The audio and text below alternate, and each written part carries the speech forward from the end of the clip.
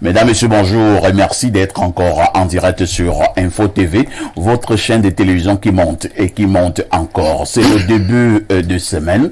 Nous ferons encore ce pourquoi nous sommes payés pendant ces 7 jours. Nous vous donnerons encore l'information, rien que l'information, mais alors toute l'information de manière conviviale. 10h, 11h52, vous avez rendez-vous avec les démineurs. Tout à l'heure, on accueillera l'homme de la revue de la presse. Bernardo Basson est en train de s'installer confortablement pour la dénonciation de ce lundi. On terminera par l'instant de l'analyse. Et pour ce lundi, nous avons pensé qu'il était important de marquer un arrêt sur la situation des personnes mises à la retraite, sur la question simplement des retraités. Quel regard posez-vous sur les retraités en Afrique et de manière très particulière au Cameroun? Avez-vous l'impression que la condition du retraité est reluisante? On en parle ce matin afin que nul n'en ignore. Au Canal 307 sur Canal Plus International, nous émettons à partir de Yaoundé. C'est la capitale du Cameroun, le pays que continue à diriger jusqu'à ce matin encore son Excellence Paul Biya. Vous êtes des téléspectateurs privilégiés. Et on commence par accueillir ces invités qui répondent déjà présents. Gérard Zambo, bonjour. Bonjour Pafa ici, bonjour à tout le panel, bonjour aux millions de téléspectateurs de Info Télévision et bonjour naturellement au président de la République Paul Biya. Et je vais directement dire aussi bonjour à monsieur le sous-préfet de l'arrondissement de Mbankomo, non loin de Yaoundé. Ça c'est le sous-préfet de mon village. Alors je lui dis un bonjour particulier ce matin. Et pourquoi vous lui dites un bonjour particulier?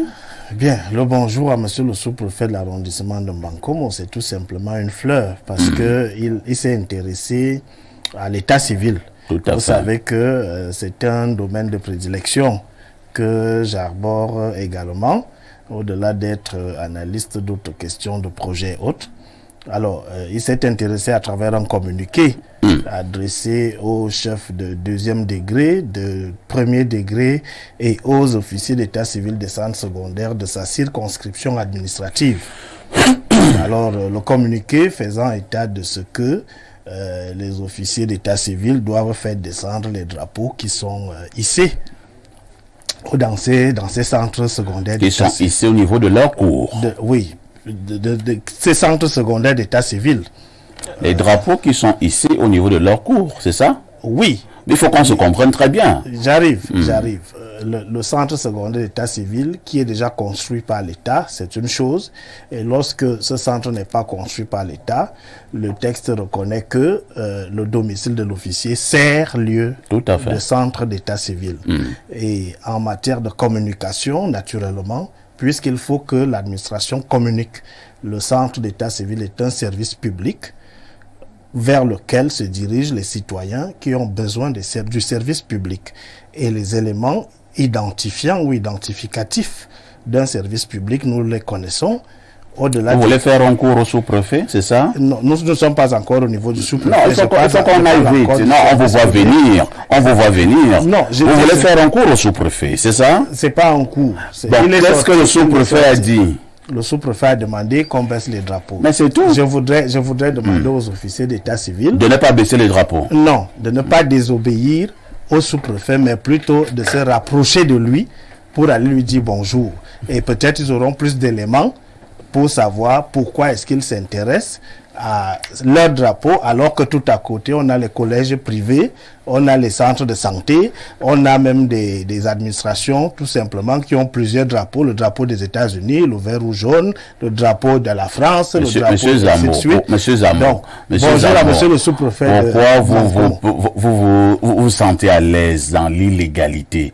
Je vais vous rappeler que le sous-préfet de Mbankonom est un administrateur civil aux ajoutés principal. Cela signifie qu'il... attendez un peu. C'est un sous-préfet de Yaoundé. Cela signifie qu'il parle de ce qu'il maîtrise. D'accord? Vous pensez que le sous-préfet est en illégalité en prenant ce texte? Moi, je n'ai pas utilisé le terme légalité. Finalement, qu'est-ce que vous dites alors? Vous dites donc quoi, monsieur Zambo? C'est vous qui l'évoquez. Et je viens donc, quand vous parlez de monsieur le sous-préfet a pris une mesure. Il y a d'ailleurs des ampliations au niveau de sa mesure pour dire dans quelles conditions on devrait avoir le drapeau ici devant quelqu'un, les chefs traditionnels ici, au niveau de l'arrondissement de Mbankoumou. Voilà. Et peut-être même que les autres sous-préfets vont suivre le bel exemple de monsieur le sous-préfet de Mbankoumou. Parfait, ici je ne peux pas vous laisser dire que c'est le bel exemple. C'est donc un mauvais exemple. Je dis pas que c'est un mauvais exemple. Vous dites alors quoi? Mais je peux pas vous demander. Ce n'est ni bon ni mauvais. C'est pas un cas école. Je cite quelque chose de basique.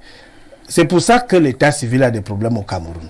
Parce qu'on a l'impression que c'est un domaine dérisoire. S'il vous plaît, apportons un peu de sérieux lorsqu'il s'agit de l'état civil. Et je laisse même le fait que l'état civil est un service. Est-ce que monsieur le sous-préfet est dans l'illégalité? Est-ce qu'il y a un texte qui interdit que l'officier d'état civil hisse le drapeau au centre d'état civil secondaire? Que monsieur le sous-préfet apporte ce texte et le débat est clos. De toutes les façons, bonjour donc à monsieur le sous-préfet. Tout ce qui n'est pas formellement interdit, vous connaissez la suite. D'accord.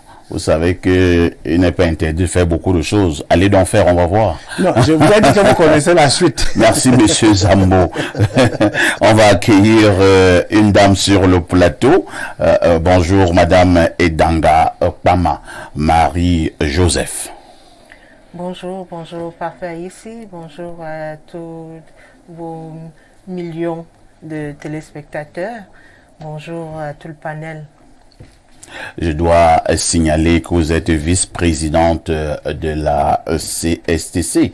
Il s'agit de la Confédération syndicale des travailleurs du Cameroun.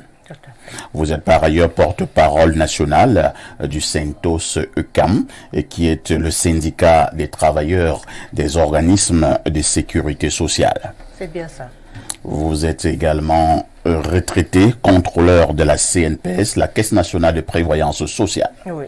Je préfère me limiter à ce niveau. Vous aborez plusieurs casquettes. Hein.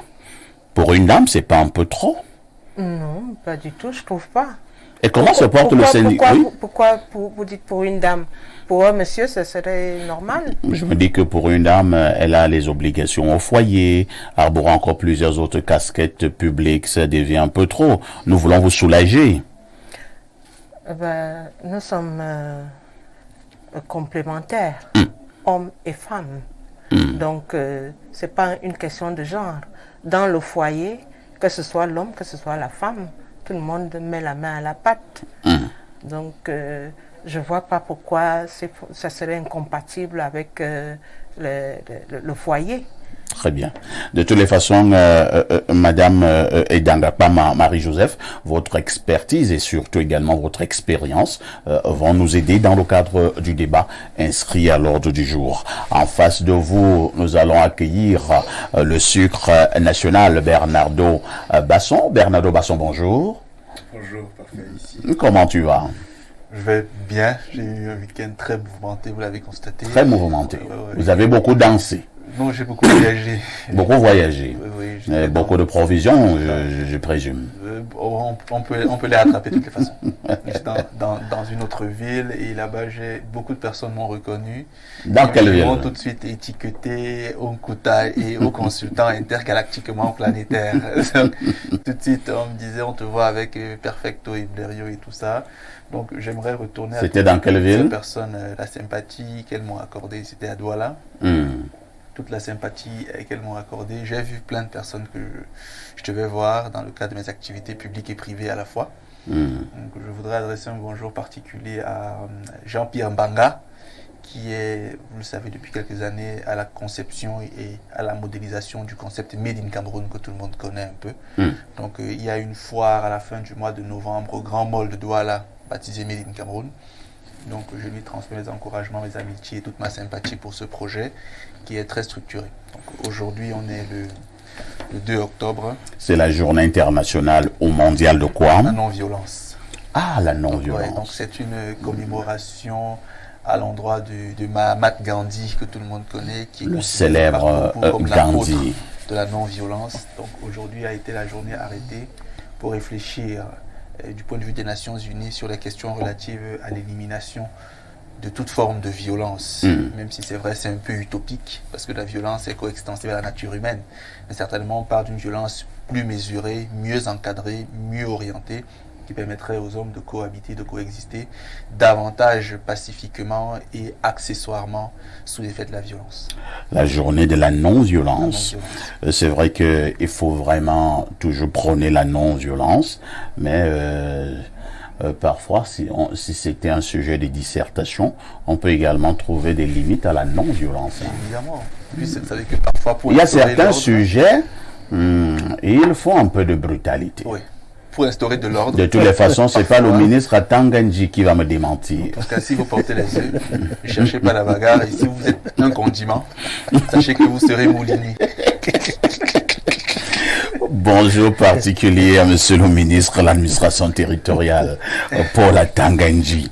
Merci Bernardo. À côté de vous, on accueille donc notre consultant de tout temps, mais alors de tout temps, mais de tous les temps également. Le dit fils de Boumniebel, Pierre Blérugnamer, bonjour. Bonjour, parfait ici. Bonjour à vos millions de téléspectateurs et bonjour à votre panel. Je ne vais pas vous demander comment a été le week-end, parce que vous et moi, nous n'avons pas de week-end. Nous travaillons même pendant le week-end comme des fous. Hier encore, nous produisions comme d'habitude. D'ailleurs, sinon, ça va? Bon, ça va. J'ai quelques soucis avec mon dos. Ah bon? Oui, je suis décédé. À votre jeune âge, vous avez mal au dos. Oh, je me rends compte. Je m'inquiète pour vos multiples femmes. Je suis même trop vieux pour le mal de dos. Et vous qui avez plusieurs femmes, ça oui, il n'y a devient pas de compliqué. souci à cela. Il y a un souci. Non, je me fais suivre. Il y a une chanson à Blériot, ouais. Comme tu es Bassa, je ne sais pas si tu connais la chanson, quelqu'un qui dit famine un car, un car. Tu sais ce que ça veut dire? L'homme, c'est le dos. L'homme, c'est n'est que le dos. Oui, oui. Et toi, tu as un dos foutu. Je profite pour dire merci au kiné du stade Omnisport. J'ai découvert qu'il y avait beaucoup de services dans les stades du Cameroun, notamment un service de kinésithérapie. Je me fais donc suivre là-bas, j'en ressors comme ça. Et sur mon chemin, j'ai apprécié un officier de 2e grade qui assure la circulation au niveau de Total Fouda. Son surnom, c'est Jack Bauer. Jack Bauer. Il m'a dit que le Cameroun s'y va changer, que vous le voulez ou pas. Voilà. Il met de l'ordre. Moi-même qui étais presque en retard, il m'a dit, monsieur, je t'entends souvent parler en rang là-bas. Donc, Jack Bauer. Jack Bauer. C'est un officier 2e grade. Monsieur Armand Baudouin, j'ai pu lire. Parce que je lui dis que je veux te dire. Mais il dit non, tu vas aller me vilipender. Non, mais tu fais ce qui est bien, on ne va pas te vilipender. Vous savez, il est difficile de respecter le bon droit lorsque les conditions ne sont pas réunies. Ce n'est pas pour justifier parfois ici, mais des fois vous voulez même vous allier sur les routes du Cameroun. Sauf qu'il n'y a pas d'issue. Nous n'avons pas de route. Tout à fait. Il n'y a pas d'issue. Vous pouvez imaginer, vous faites un embouteillage d'1 heure de temps sur un axe de moins d'1 kilomètre. Vous êtes parti suffisamment à temps. Et la télé ne s'accommode pas des retards. Non, pas du tout. Il faut tout. Alors, d'accord. Donc, on dit bonjour ce matin à Jack Bauer. À Jack Bauer. Et son vrai nom, tu sais quoi? Baudian Armand. Officier 2e grade. Oui. Et pensez que vous devez revenir le vilipendant. Non, au contraire. C'est plutôt le contraire. J'ai apprécié. On va également dire bonjour ce matin, Pierre Blériot, avec votre permission, à un autre. Je pense qu'il est aussi officier, hein, en Vorumbi. En Vorumbi. Lui, c'est Pointinini. Pointinini. Or, ce garçon travaille bien. Oh, Ce toujours garçon propre. travaille bien. Il est toujours propre. Voilà pourquoi on appelle d'ailleurs Pointinini. Oh, Ses non, chaussures sont toujours longues comme ça, bien cirées. Un policier propre, exemplaire, au niveau du vestimentaire et au niveau comportemental. Non, c'est un... Vous voyez que quand certains policiers travaillent bien, nous le disons. Mais c'est la preuve que notre société est en déliquescence. Vous voyez, si on est obligé aujourd'hui de retrouver parmi les policiers ceux qui travaillent bien, parmi les médecins ceux qui travaillent bien, parmi les enseignants, parmi les journalistes, ça veut dire qu'il y a un problème. On devrait plutôt être en train de rechercher ceux qui travaillent mal. Mais on en est à chercher sur... Il y a un problème. Vous comprenez le problème? Dans une société normale, on doit plutôt dire qu'il y a des brebis galeuses. Et donc les brebis galeuses font l'exception. Chez nous, c'est la gale dans toute la bergerie. Et puis il y a des brebis qui n'ont pas la gale. On les recherche. Donc quelle est la brebis non galeuse? Pierre Blériot, mec, la citation de ce matin.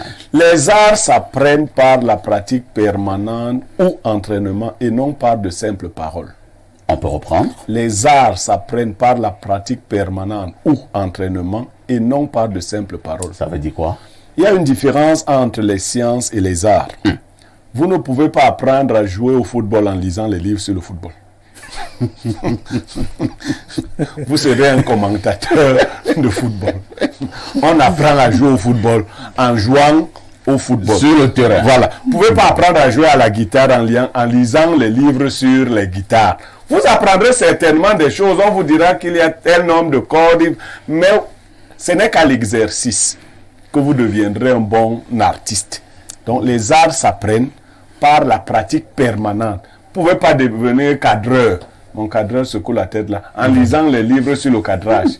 Vous allez seulement en parler, mais vous ne pourrez pas cadrer. Donc les arts, il faut le retenir, s'apprennent par la pratique permanente ou entraînement et non pas de simples paroles. Merci beaucoup. Dites-le aux voisins, ça a déjà commencé. 10h, 11h52, c'est la mort de l'audience en télévision en Afrique au sud du Sahara. Une touche pause.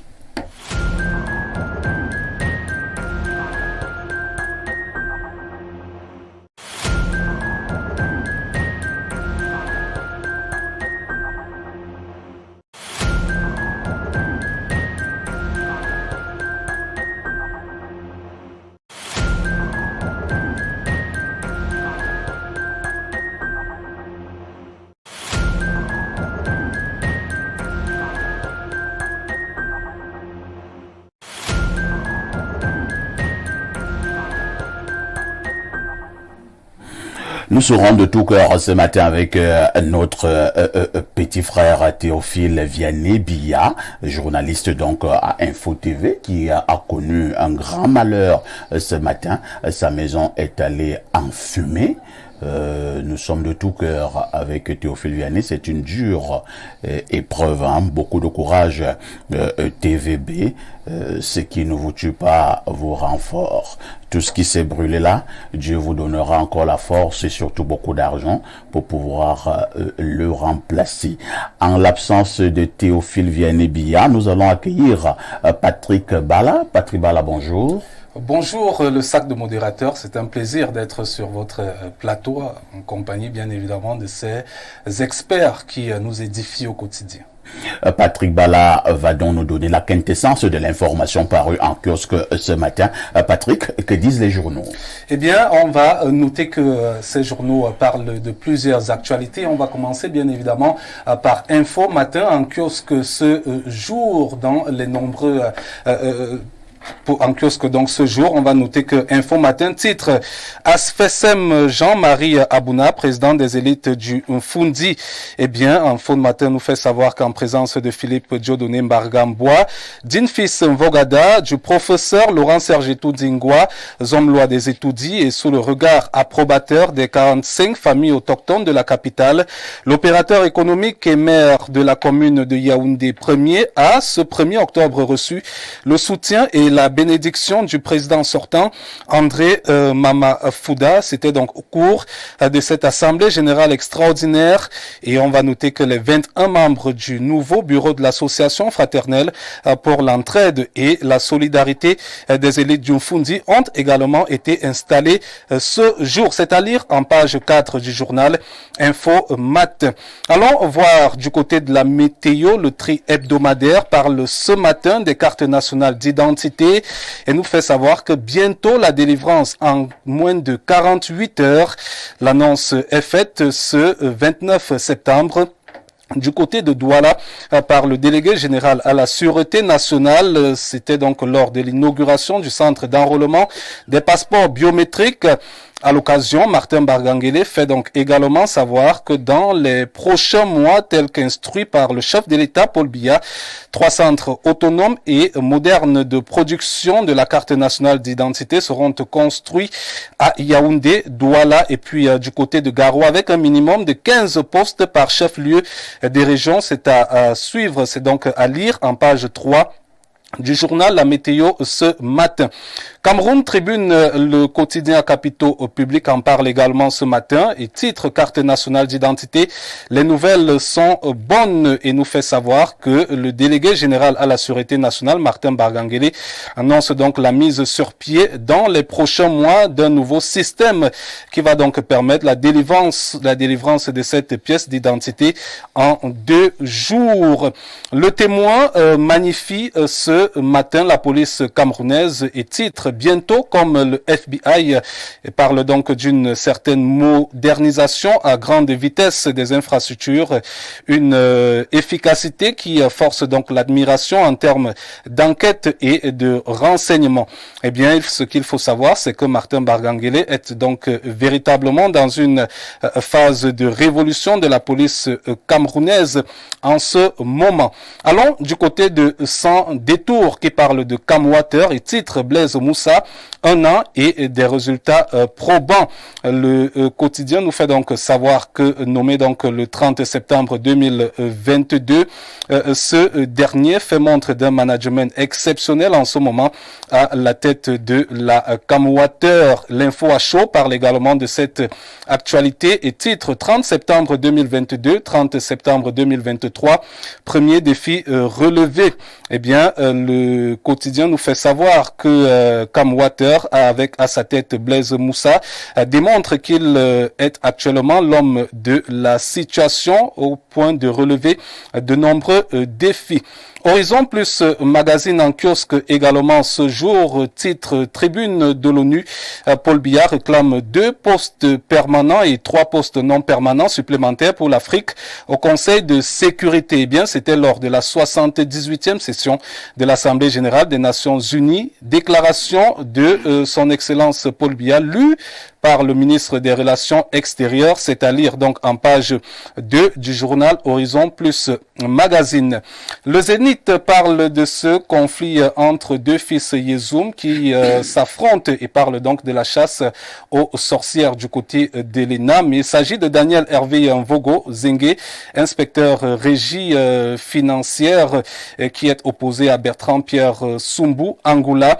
Eh bien, pareil, le journal Le Zénith parle donc de cette actualité qui crée un tollé au sein de cette communauté du département de la Haute-Sanaga dont les 2 personnalités sont originaires. L'intégralité, c'est à lire en page 3 de ce journal. Allons à présent du côté du journal Le Jour, le quotidien bleu, titre Sud-Ouest, commerce illicite du cacao. La mesure controversée du préfet de la Mémé nous fait savoir que la circulation des véhicules transportant le cacao sans escorte des forces de défense est interdite entre Kumba et Manfé. Eh bien, cette mesure due aux attaques des sécessionnistes contre les véhicules transportant du cacao ne convainc pas les camionneurs et les négociants qui redoutent des effets pervers néfastes pour une filière déjà en proie à d'immenses difficultés. C'est à lire en page 5 de ce journal. L'économie, le quotidien L'économie, titre Cameroun, le risque de surendettement l'endettement extérieur reste très élevé, eh bien, ce quotidien fait donc l'état des lieux de la dette publique au mois d'août, c'est à dire en page 3. Allons du côté des Singang qui parle de la construction d'un campus de l'université de Bolova à Monatélé et titre le satisfecit du rectorat. Il nous fait savoir qu'au terme donc de la visite des chantiers des ouvrages du département des sciences biologiques appliquées à l'agriculture, la délégation conduite par le secrétaire général Rosine Salé-Paki a donc noté une évolution de 80% au niveau des travaux et une progression de 10% pour ce qui est de ces mêmes travaux au pointage au 15 septembre 2022. C'est-à-dire donc en page 2 et en page 3 et 4 de ce journal Essinga. On va terminer avec Média Action qui parle donc de la 78e session de l'Assemblée générale des Nations Unies. La voix des femmes portée par l'honorable Françoise Pouené, c'était donc le 25 septembre dernier du côté de New York au cours donc d'un site events organisé par la CEEAC et ses partenaires. Le journal nous parle également de la commune de Njombe-Penja et nous fait savoir que le maire René Manfo, renversé par un coup donc de carrière à Pouzo, l'absentéisme ou le tribalisme, s'interroge donc le journal Média Action. Eh bien, très chers téléspectateurs, vous pouvez donc vous rendre dans les différents kiosques, vous procurer un journal au prix unique de 400 francs CFA. Ça permet de développer l'économie de ces journaux, l'économie également du pays. Ça vous permet également de vous informer sur l'actualité de votre pays et même du monde tout entier pour vous mettre en posture d'un intellectuel dans les années à venir. Merci Patrick Bala pour cette quintessence de l'information parue en kiosque au Cameroun, le 19h et le 20h ce soir, comme tous les soirs d'ailleurs. Un fait saillant de l'actualité à développer. Eh bien, on parlera aux 19h et aux 20h de l'actualité liée à la production de la carte nationale d'identité. Vous le savez, Martin Bargangele, le DGSN, a fait une grosse annonce concernant justement cet état. Vous savez également que c'est difficile aujourd'hui de se procurer une carte nationale d'identité, de s'en établir une et donc il annonce de grandes nouvelles. 48 heures pour l'établissement de cette carte nationale d'identité.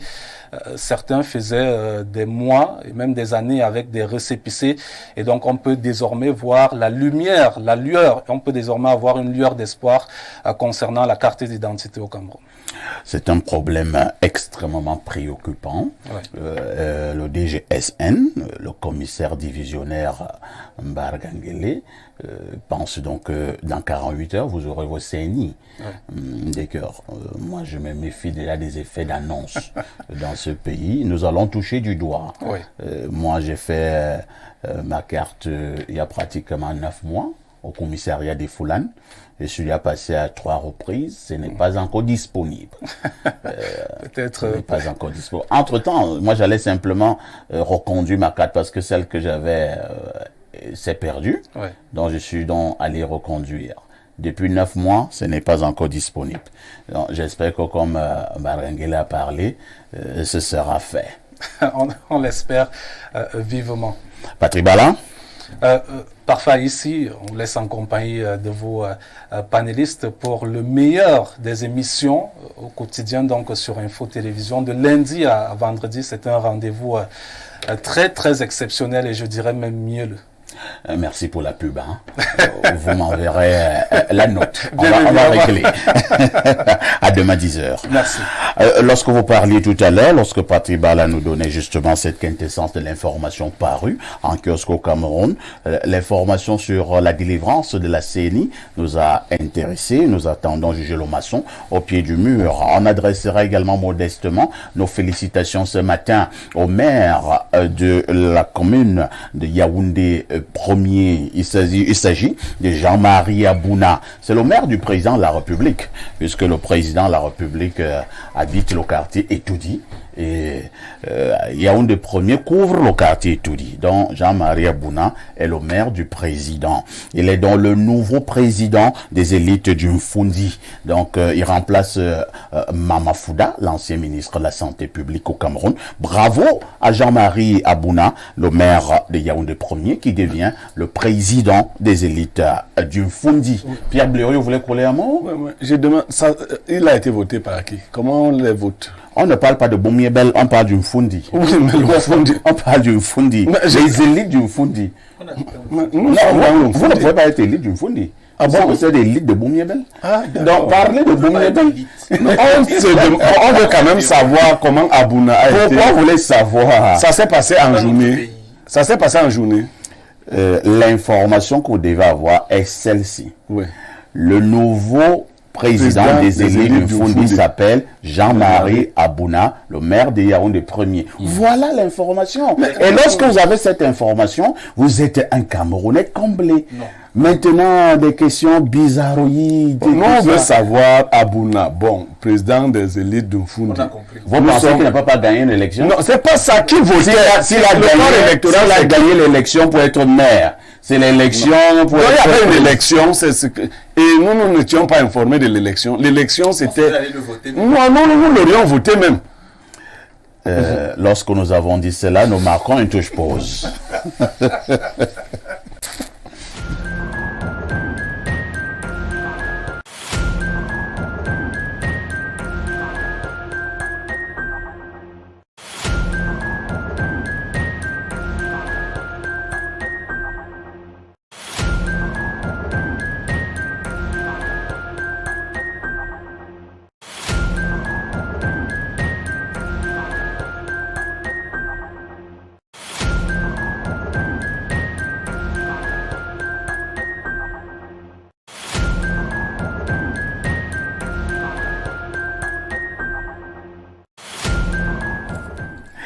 La dénonciation du jour, c'est tous les jours en direct sur Espace Miné. La dénonciation de ce matin, c'est avec Bernardo.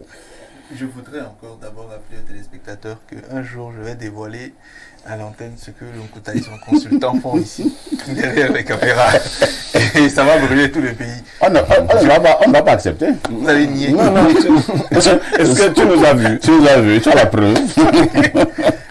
Papa ici aujourd'hui, c'est un papa qui dénonce le comportement de sa femme, qu'il estime être maladroite lorsqu'elle couvre certains comportements de leur fille. En fait, le monsieur est tout le temps parti, il est tout le temps en voyage. Et il a une jeune fille qui vient d'avoir son bac. La jeune fille a demandé à avoir un téléphone après le bac. Le papa a estimé que c'était encore très tôt. Mais la maman de la jeune fille a insisté en disant non, elle méritait cela comme cadeau d'après-bac.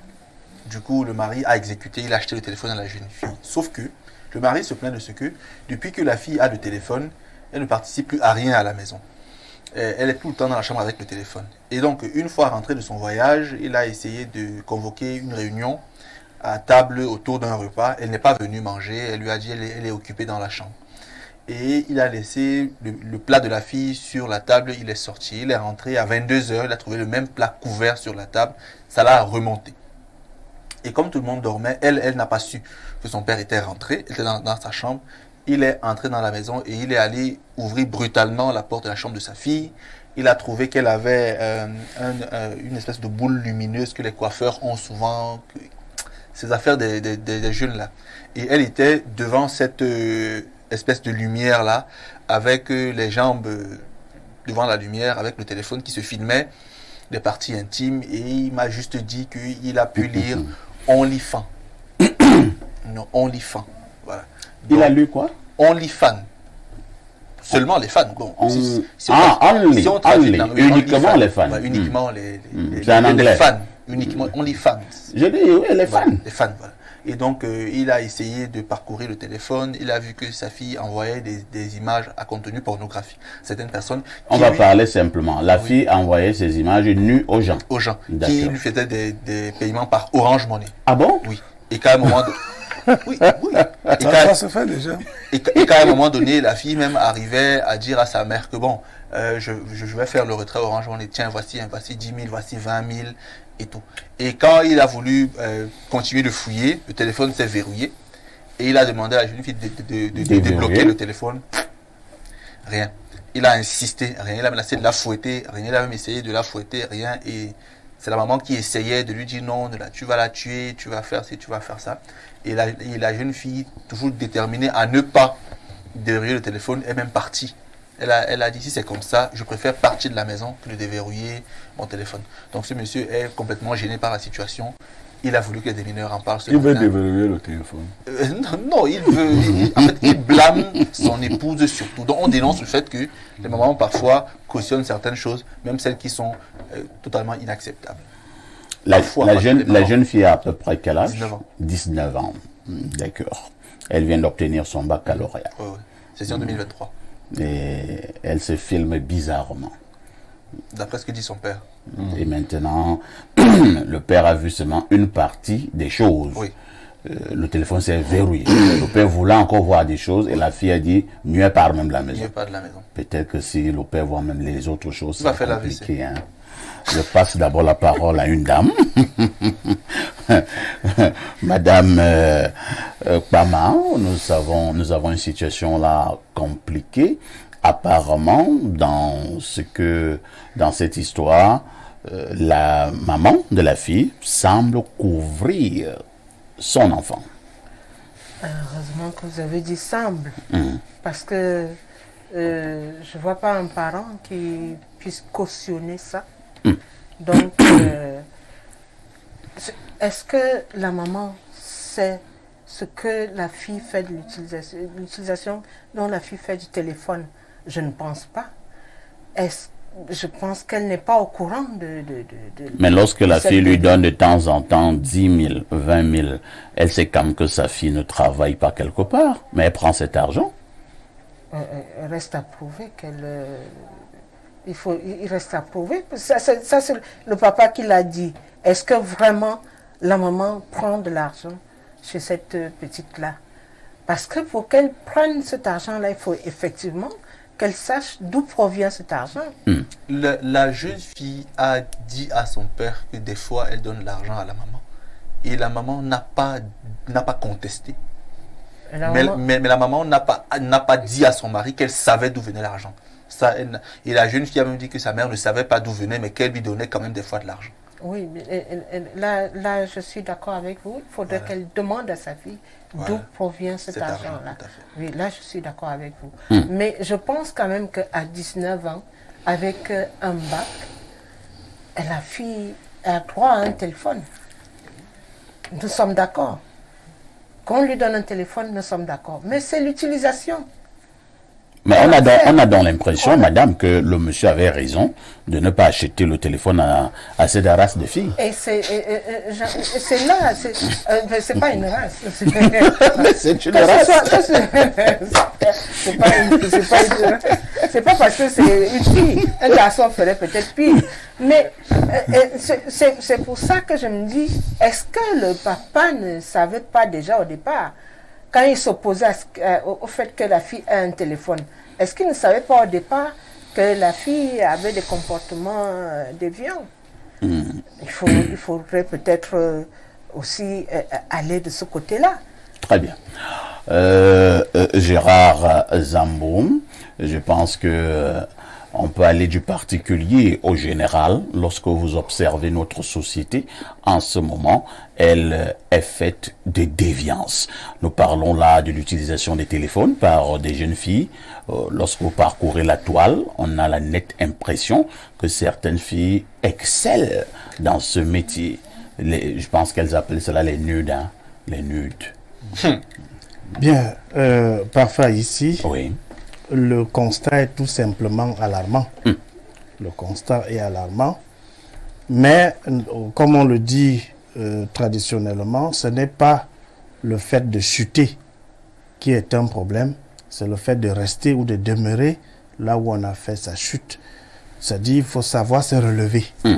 Et la façon pour notre société de savoir se relever, c'est de remettre l'éducation de la femme, l'éducation des familles, au centre et au cœur des préoccupations de façon générale. Parce que vous me permettrez d'emprunter encore un exercice qui nous est familier. Lorsque nous célébrons les mariages, nous prenons la peine de rappeler aux jeunes couples d'être des parents responsables.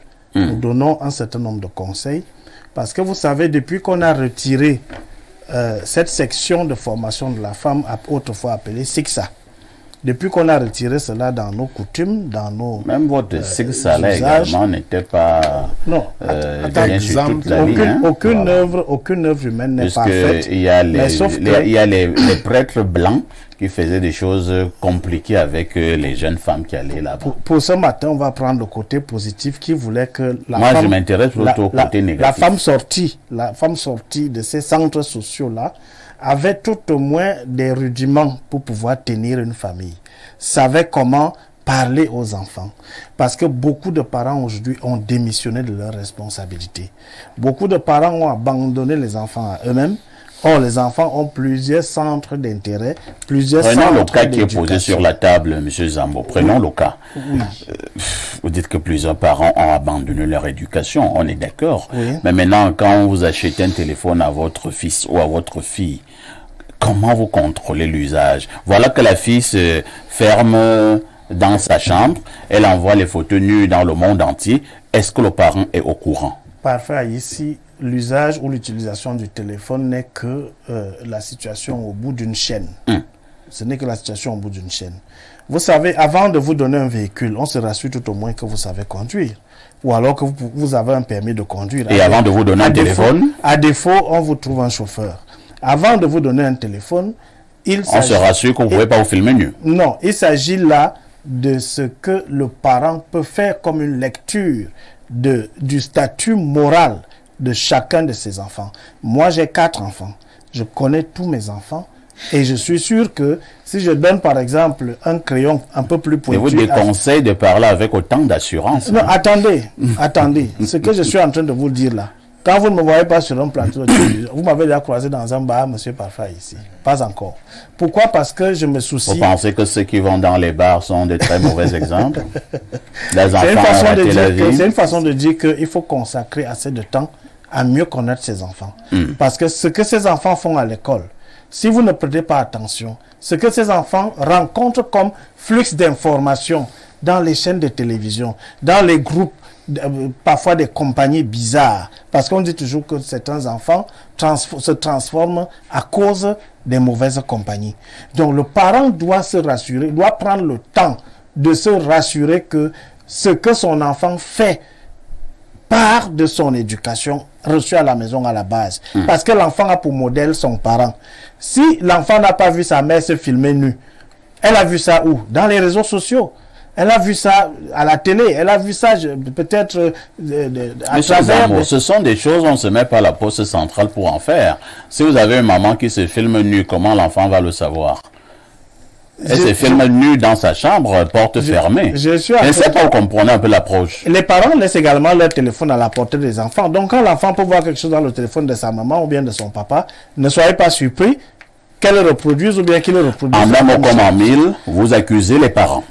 Je dis, il y a une part de responsabilité à 90% qui repose sur les parents. D'accord. Pierre Blériot, Niamek, nous avons donc une situation sur la table. Vous allez d'abord poser cette analyse. Maintenant, il faudra donner aussi le conseil parce que pour l'instant, la jeune dame est toujours partie. Oui, de la maison. Oui. Elle est partie de la maison. Le téléphone n'a pas encore été déverrouillé. Il faudrait qu'on sache ce qu'il y a lieu de faire. Parce qu'il faut trouver une solution. Ou alors un début de solution. Parfait. Ici, vous avez donné un conseil à mon copanéliste. Il n'a que 4 enfants. Donc, parmi les parents, je crois qu'on ne peut même pas encore commencer à le compter. Mon 15e va naître d'ici le 15 octobre. Votre 15e. Ce sera une fille. Donc, je ne sais pas si un parent peut avoir, dans la situation moderne, tout ce temps-là pour rentrer, commencer à étudier ses enfants. Non, vraiment. Et fouiller les téléphones tous les soirs. Les étudier. Moi-même, j'ai été victime d'une situation où ma fille refusait de déverrouiller son téléphone. J'ai dû m'habiller de l'autre carcasse pour qu'elle voie comment je me transformais devant elle avant qu'elle ne déverrouille. Ce n'est pas évident. Les parents subissent déjà beaucoup. Moi, j'ai une autre façon d'éduquer les jeunes aujourd'hui à partir d'un certain âge. Je te mets devant la vie. Dieu qui est plus fort, plus intelligent, omnipotent, omniscient, nous a abandonnés à la vie. Il dit, je mets devant toi le bien et le mal. Choisis le bien. Mais si tu décides de choisir le mal, vraiment ça c'est utopique. On ne peut pas avoir cette énergie pour devenir chaque enfant. À 19 ans, avec un bac, on doit avoir commencé à comprendre ce que c'est que la vie. Si on a décidé de se perdre, le vin tombe souvent avec le mauvais... le palmier tombe avec le mauvais vin, on accuse à tort les seigneurs. Quand c'est un mauvais palmier, vous allez être le meilleur seigneur du village, le vin sera mauvais. Il y a de mauvais enfants de plus en plus avec les hivoux.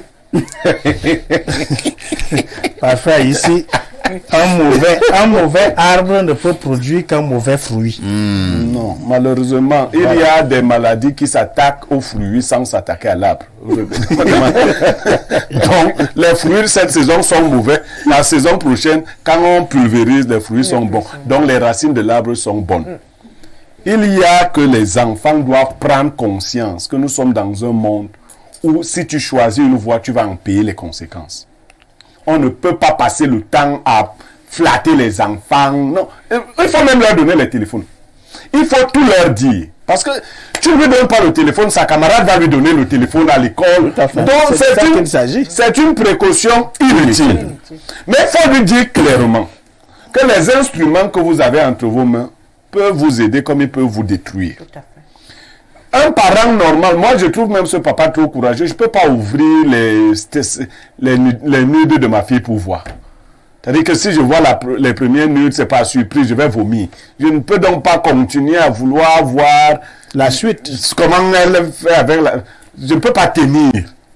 Je peux seulement comprendre que cet enfant veut déjà se perdre.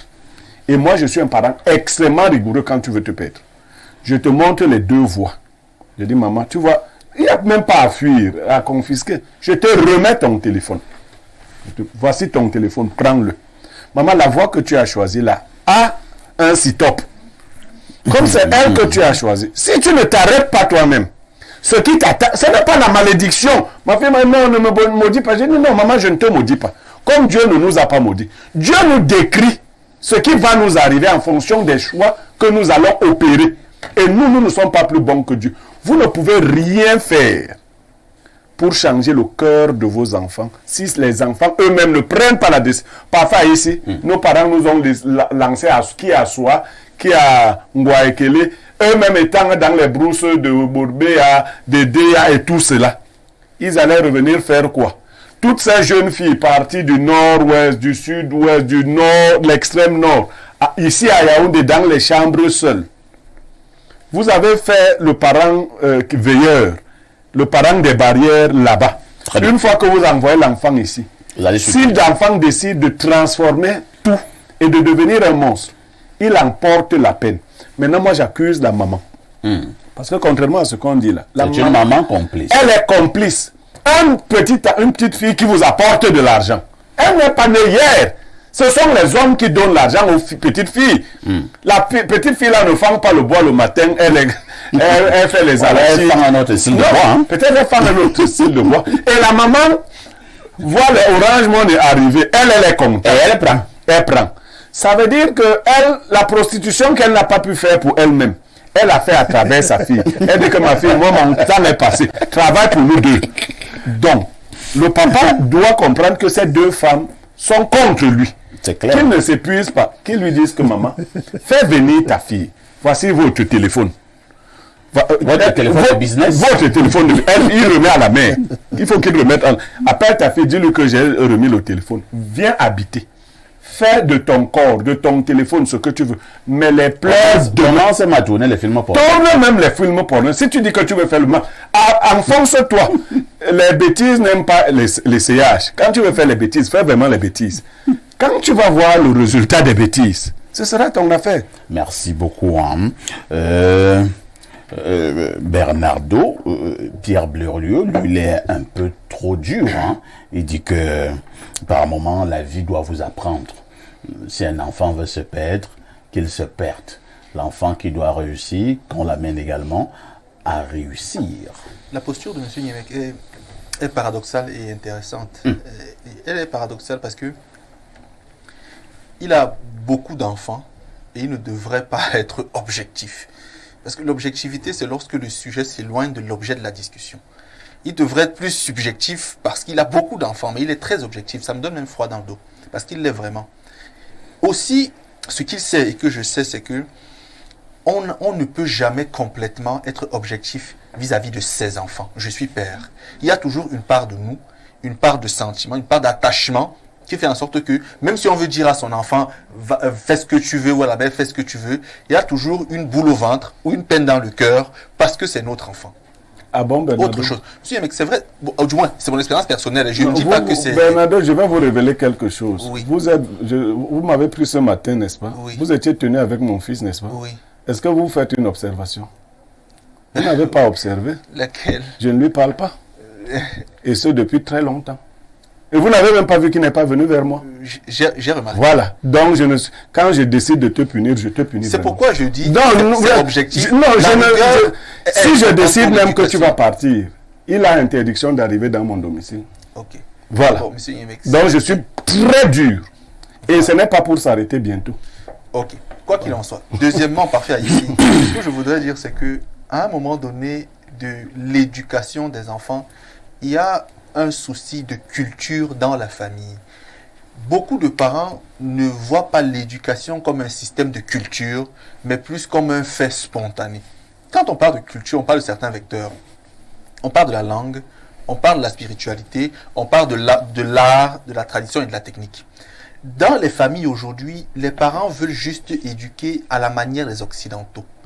Il n'existe plus aujourd'hui une vraie rigueur mise en place par les parents, à tel point que, parce que même quand un enfant veut se perdre, parfois la rigueur du parent peut l'empêcher de trop se perdre. Il peut toujours aller vers le mal, mais à un moment donné, on essaie d'encadrer cela. Plus loin, pour la maman. Parfois, ça peut être indiscret ou irrévérencieux de le dire, mais les mamans, parfois, sont complices de beaucoup de saletés de leurs filles. Ah bon? Oui, beaucoup. Seulement les filles. Bah, vous avez maman sur la table, hein? Je verrai si elle sera d'accord. J'ai dit parfois, je n'ai pas dit tout le temps. Il y a des mamans qui parfois sont conscientes de ce que leur fils ou leur fille est en train de faire est manifestement mauvais, mais elles encouragent ou alors elles sont passivement complices parce qu'elles ne briment pas assez, elles ne dénoncent pas auprès du père parce qu'on veut peindre le père pour méchant. C'est pourquoi j'ai dit ici une fois à l'antenne que lorsque une mère parle à son enfant, c'est pour son propre profit à elle. Elle veut toujours se victimiser. Mais lorsque le père lui parle à l'enfant, c'est pour la famille.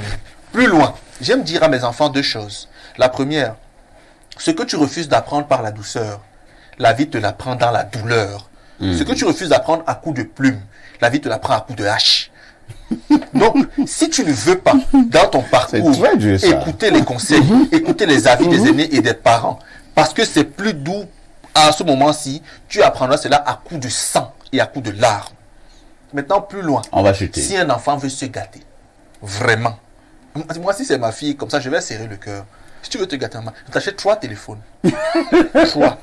J'ai dit, j'ai fait des recherches sur OnlyFans. J'ai fait des recherches sur OnlyFans. Ce sont des plateformes digitales, comme des applications, où des jeunes garçons, des jeunes filles proposent des contenus nus aux autres à la commande. Donc, quelqu'un est assis derrière son écran. Vous êtes avec votre écran. Il vous dit, filme un peu le téton. Et puis, elle dit, 2500. Il dit, ok, il fait un dépôt Orange Money, elle filme. Filme un peu les grandes lèvres. Elle dit, bon, 23 250. Il dit, ok, il fait le dépôt. Donc c'est un système d'inter-échange sur Internet. Un groupe d'affaires. Mais je dis, c'est pas facile. Est-ce que ces jeunes filles savent partir ici?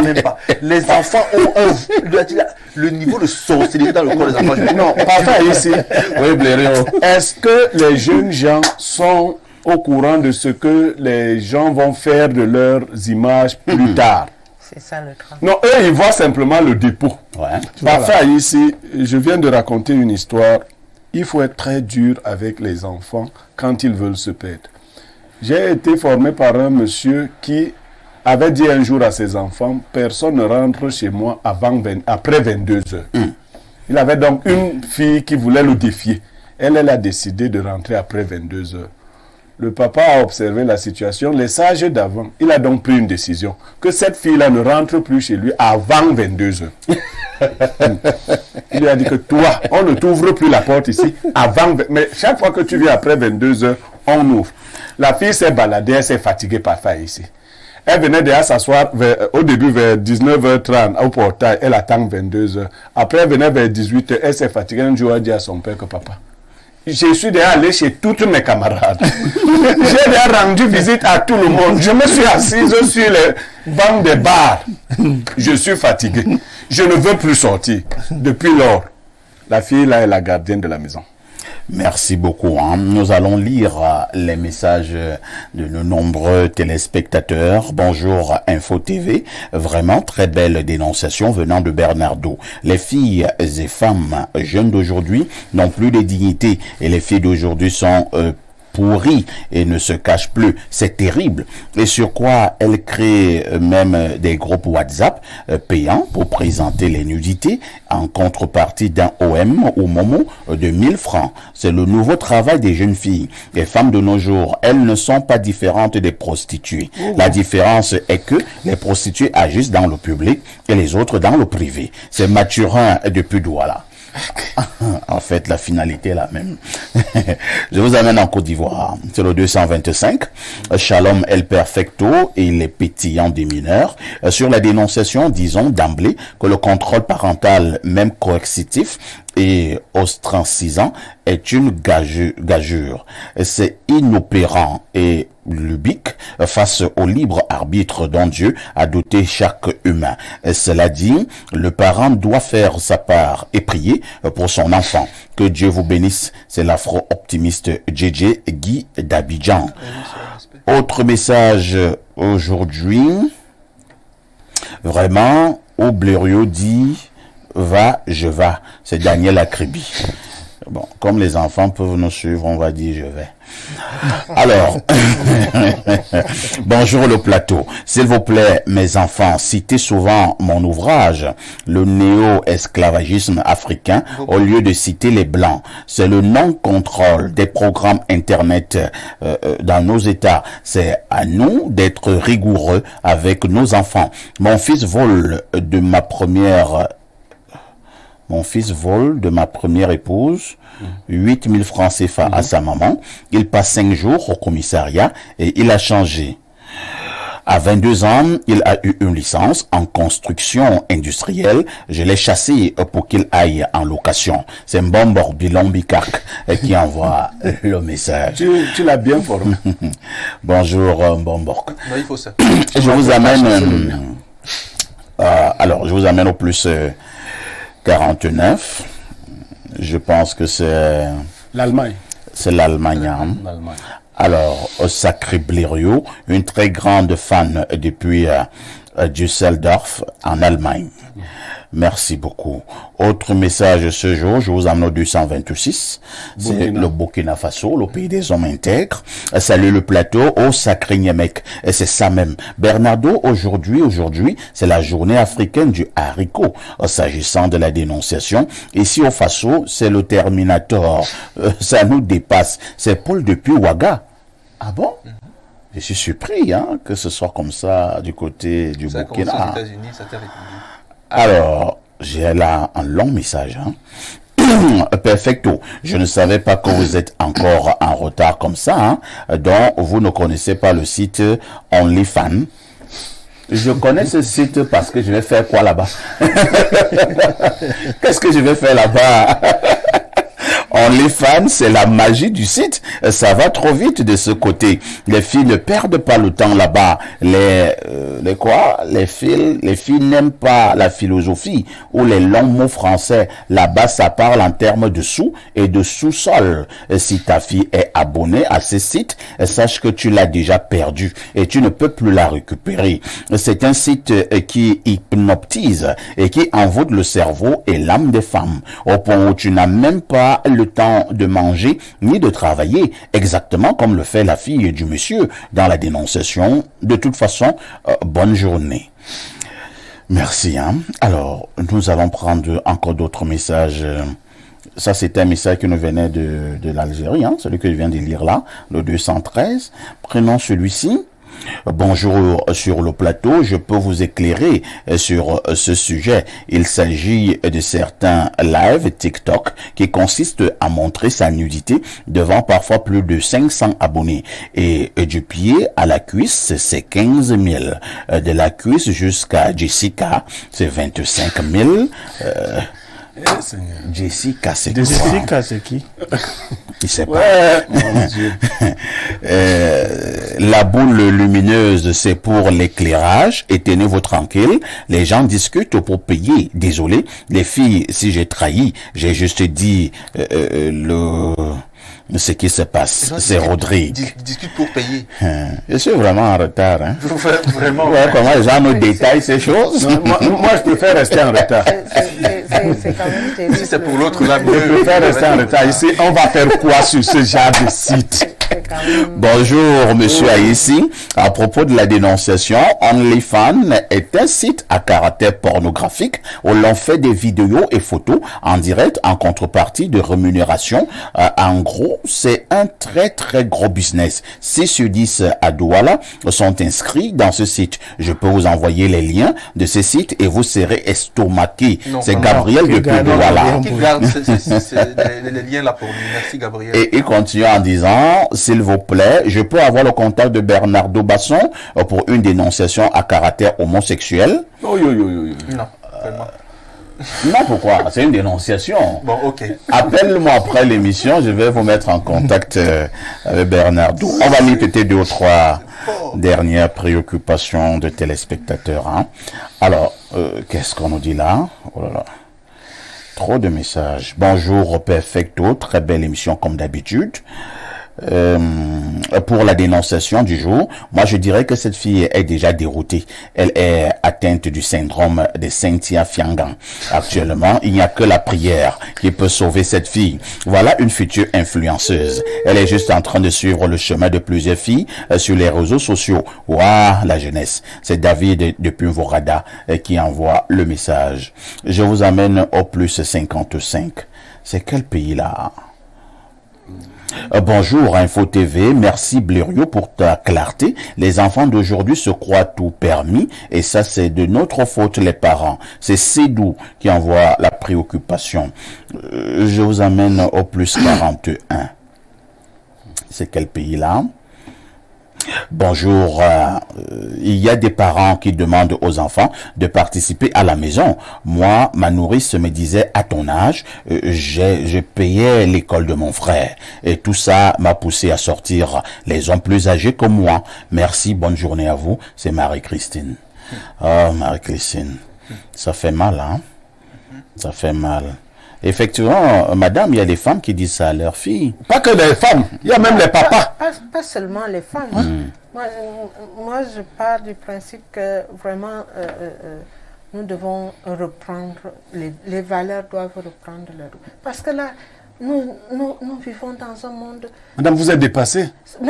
Je suis effectivement dépassée parce que notre génération... Ne pleurez pas, n'a pas grandi comme ça.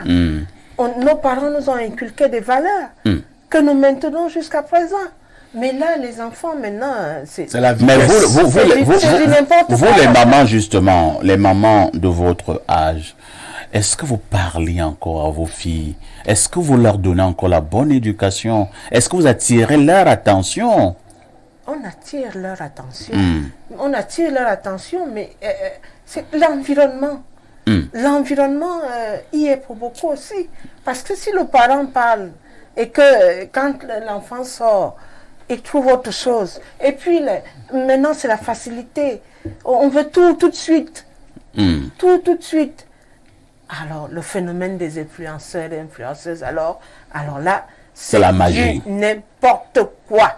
C'est du n'importe quoi. On vend le rêve aux enfants, on ne leur dit pas exactement ce qu'il y a dedans. Et puis, les enfants se retrouvent dans un engrenage Et ils y sont déjà. C'est Quand compliqué d'en c'est ressortir. fini, c'est très compliqué. En dehors de tout ça là, la drogue. La drogue. Mais c'est impossible à vivre. Merci La beaucoup. jeunesse maintenant, c'est compliqué. On doit revenir aux valeurs anciennes. Merci, madame, de prôner ces valeurs anciennes. Lisons encore quelques préoccupations. Bonjour. Confucius dit, votre fils n'est pas votre fils, mais le fils de son temps. Donnons plutôt plus d'armes à nos enfants pour ne pas tomber sur l'esprit moderne qui règne. Autre message rapidement. Alors, nous prenons celui-ci. Bonjour parfait à ici. Bonjour très particulier à Blériot, qui m'a régalé hier lors du débat. Bravo à ces titans de la pensée. Concernant la dénonciation, parfait, le constat est clair. L'éducation des enfants n'est plus la seule panacée des parents, ni même des enseignants au niveau des établissements scolaires. Maintenant, l'éducation est de plus en plus tournée vers les écrans de tout genre, ce qui a pour conséquence d'avoir des enfants qui ont des comportements selon ce qu'ils ont vu sur leur écran et ce qu'ils ont reçu de leur entourage. En plus, avec les frustrations de la société qui montent et qui continuent de monter, les plus jeunes grandissent selon ces frustrations et se tournent vers les facilités présentées par les sociétés. Et ces derniers temps, les moins de 20 ans font plus de bêtises que les plus de 20 ans. Et cela va s'aggraver en plus avec les nouvelles générations de parents qui n'ont rien dans la tête, ne connaissant pas comment éduquer les enfants, mais se lancer dans la production de bébés. C'est Félix Onana à Yaoundé qui envoie le message. Je vous amène au plus 224. C'est la Guinée-Conakry. Bien le bonjour à Perfecto et au panel. Ce phénomène de la dénonciation de Bernardo est courant partout dans nos villes. Les jeunes filles de maintenant sont vraiment gâtées et c'est terrible. Aujourd'hui, c'est la fête du 65e anniversaire de l'indépendance de la Guinée. C'est Lionel depuis Conakry. Bonne journée à vous. Bonne fête à vous du côté de la Guinée-Conakry. Le temps de prendre un verre d'eau. PMUC.cm, la plateforme de paris en ligne du PMUC. Pariez sur les courses épiques, la loterie, le casino, les sports. Avec les meilleures cotes, pariez sur ces gros événements. PMUC.cm, disponible en application mobile. Sur PMUC.cm, jouez comme vous aimez.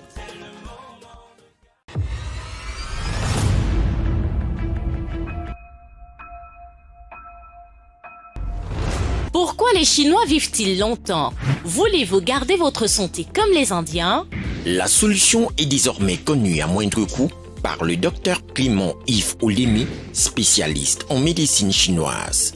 Après avoir fait ses études en Chine et traité avec succès plusieurs maladies telles que le rhumatisme, le mal de nerfs, l'hypertension, l'infertilité, les MST et bien d'autres maladies rares, Il débarque au Cameroun avec un personnel qualifié, des appareils de massage appropriés qui équilibrent et vous garantissent une santé de fer.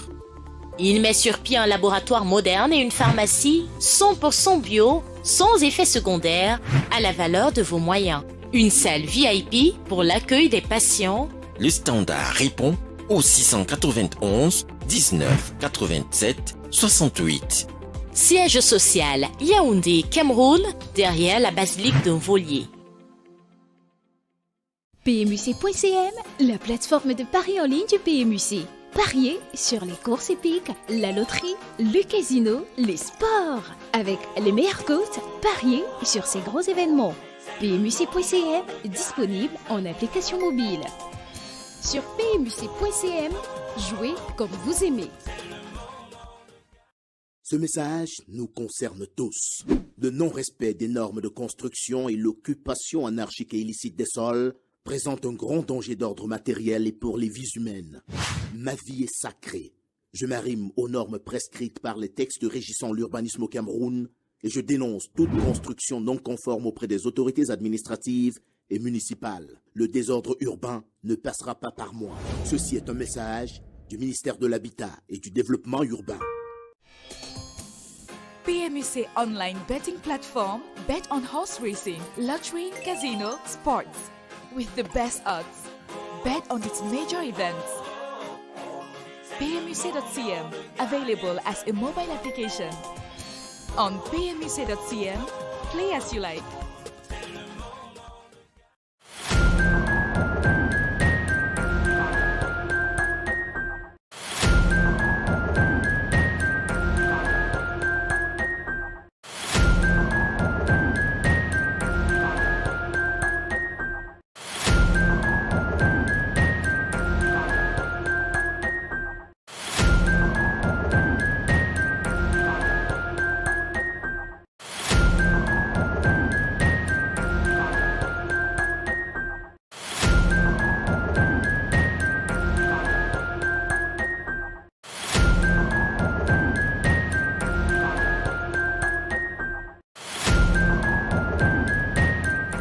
Bon retour sur ce plateau d'Espace Miné tous les jours de lundi à vendredi 10h 11h52. C'est la première production de cette semaine, de cette première semaine du mois d'octobre 2023. Nous vous le disions en ouverture, nous allons parler des retraités ce matin. Une interrogation: que pensez-vous de la condition du retraité en Afrique et plus particulièrement au Cameroun? Avez-vous l'impression que ces retraités sont véritablement pris en compte comme cela se doit? Je vais passer d'abord la parole à Gérard Zambo. Gérard Zambo, on va faire simple. Hein. J'aime souvent quand nous sommes au même niveau d'information. C'est quoi un retraité?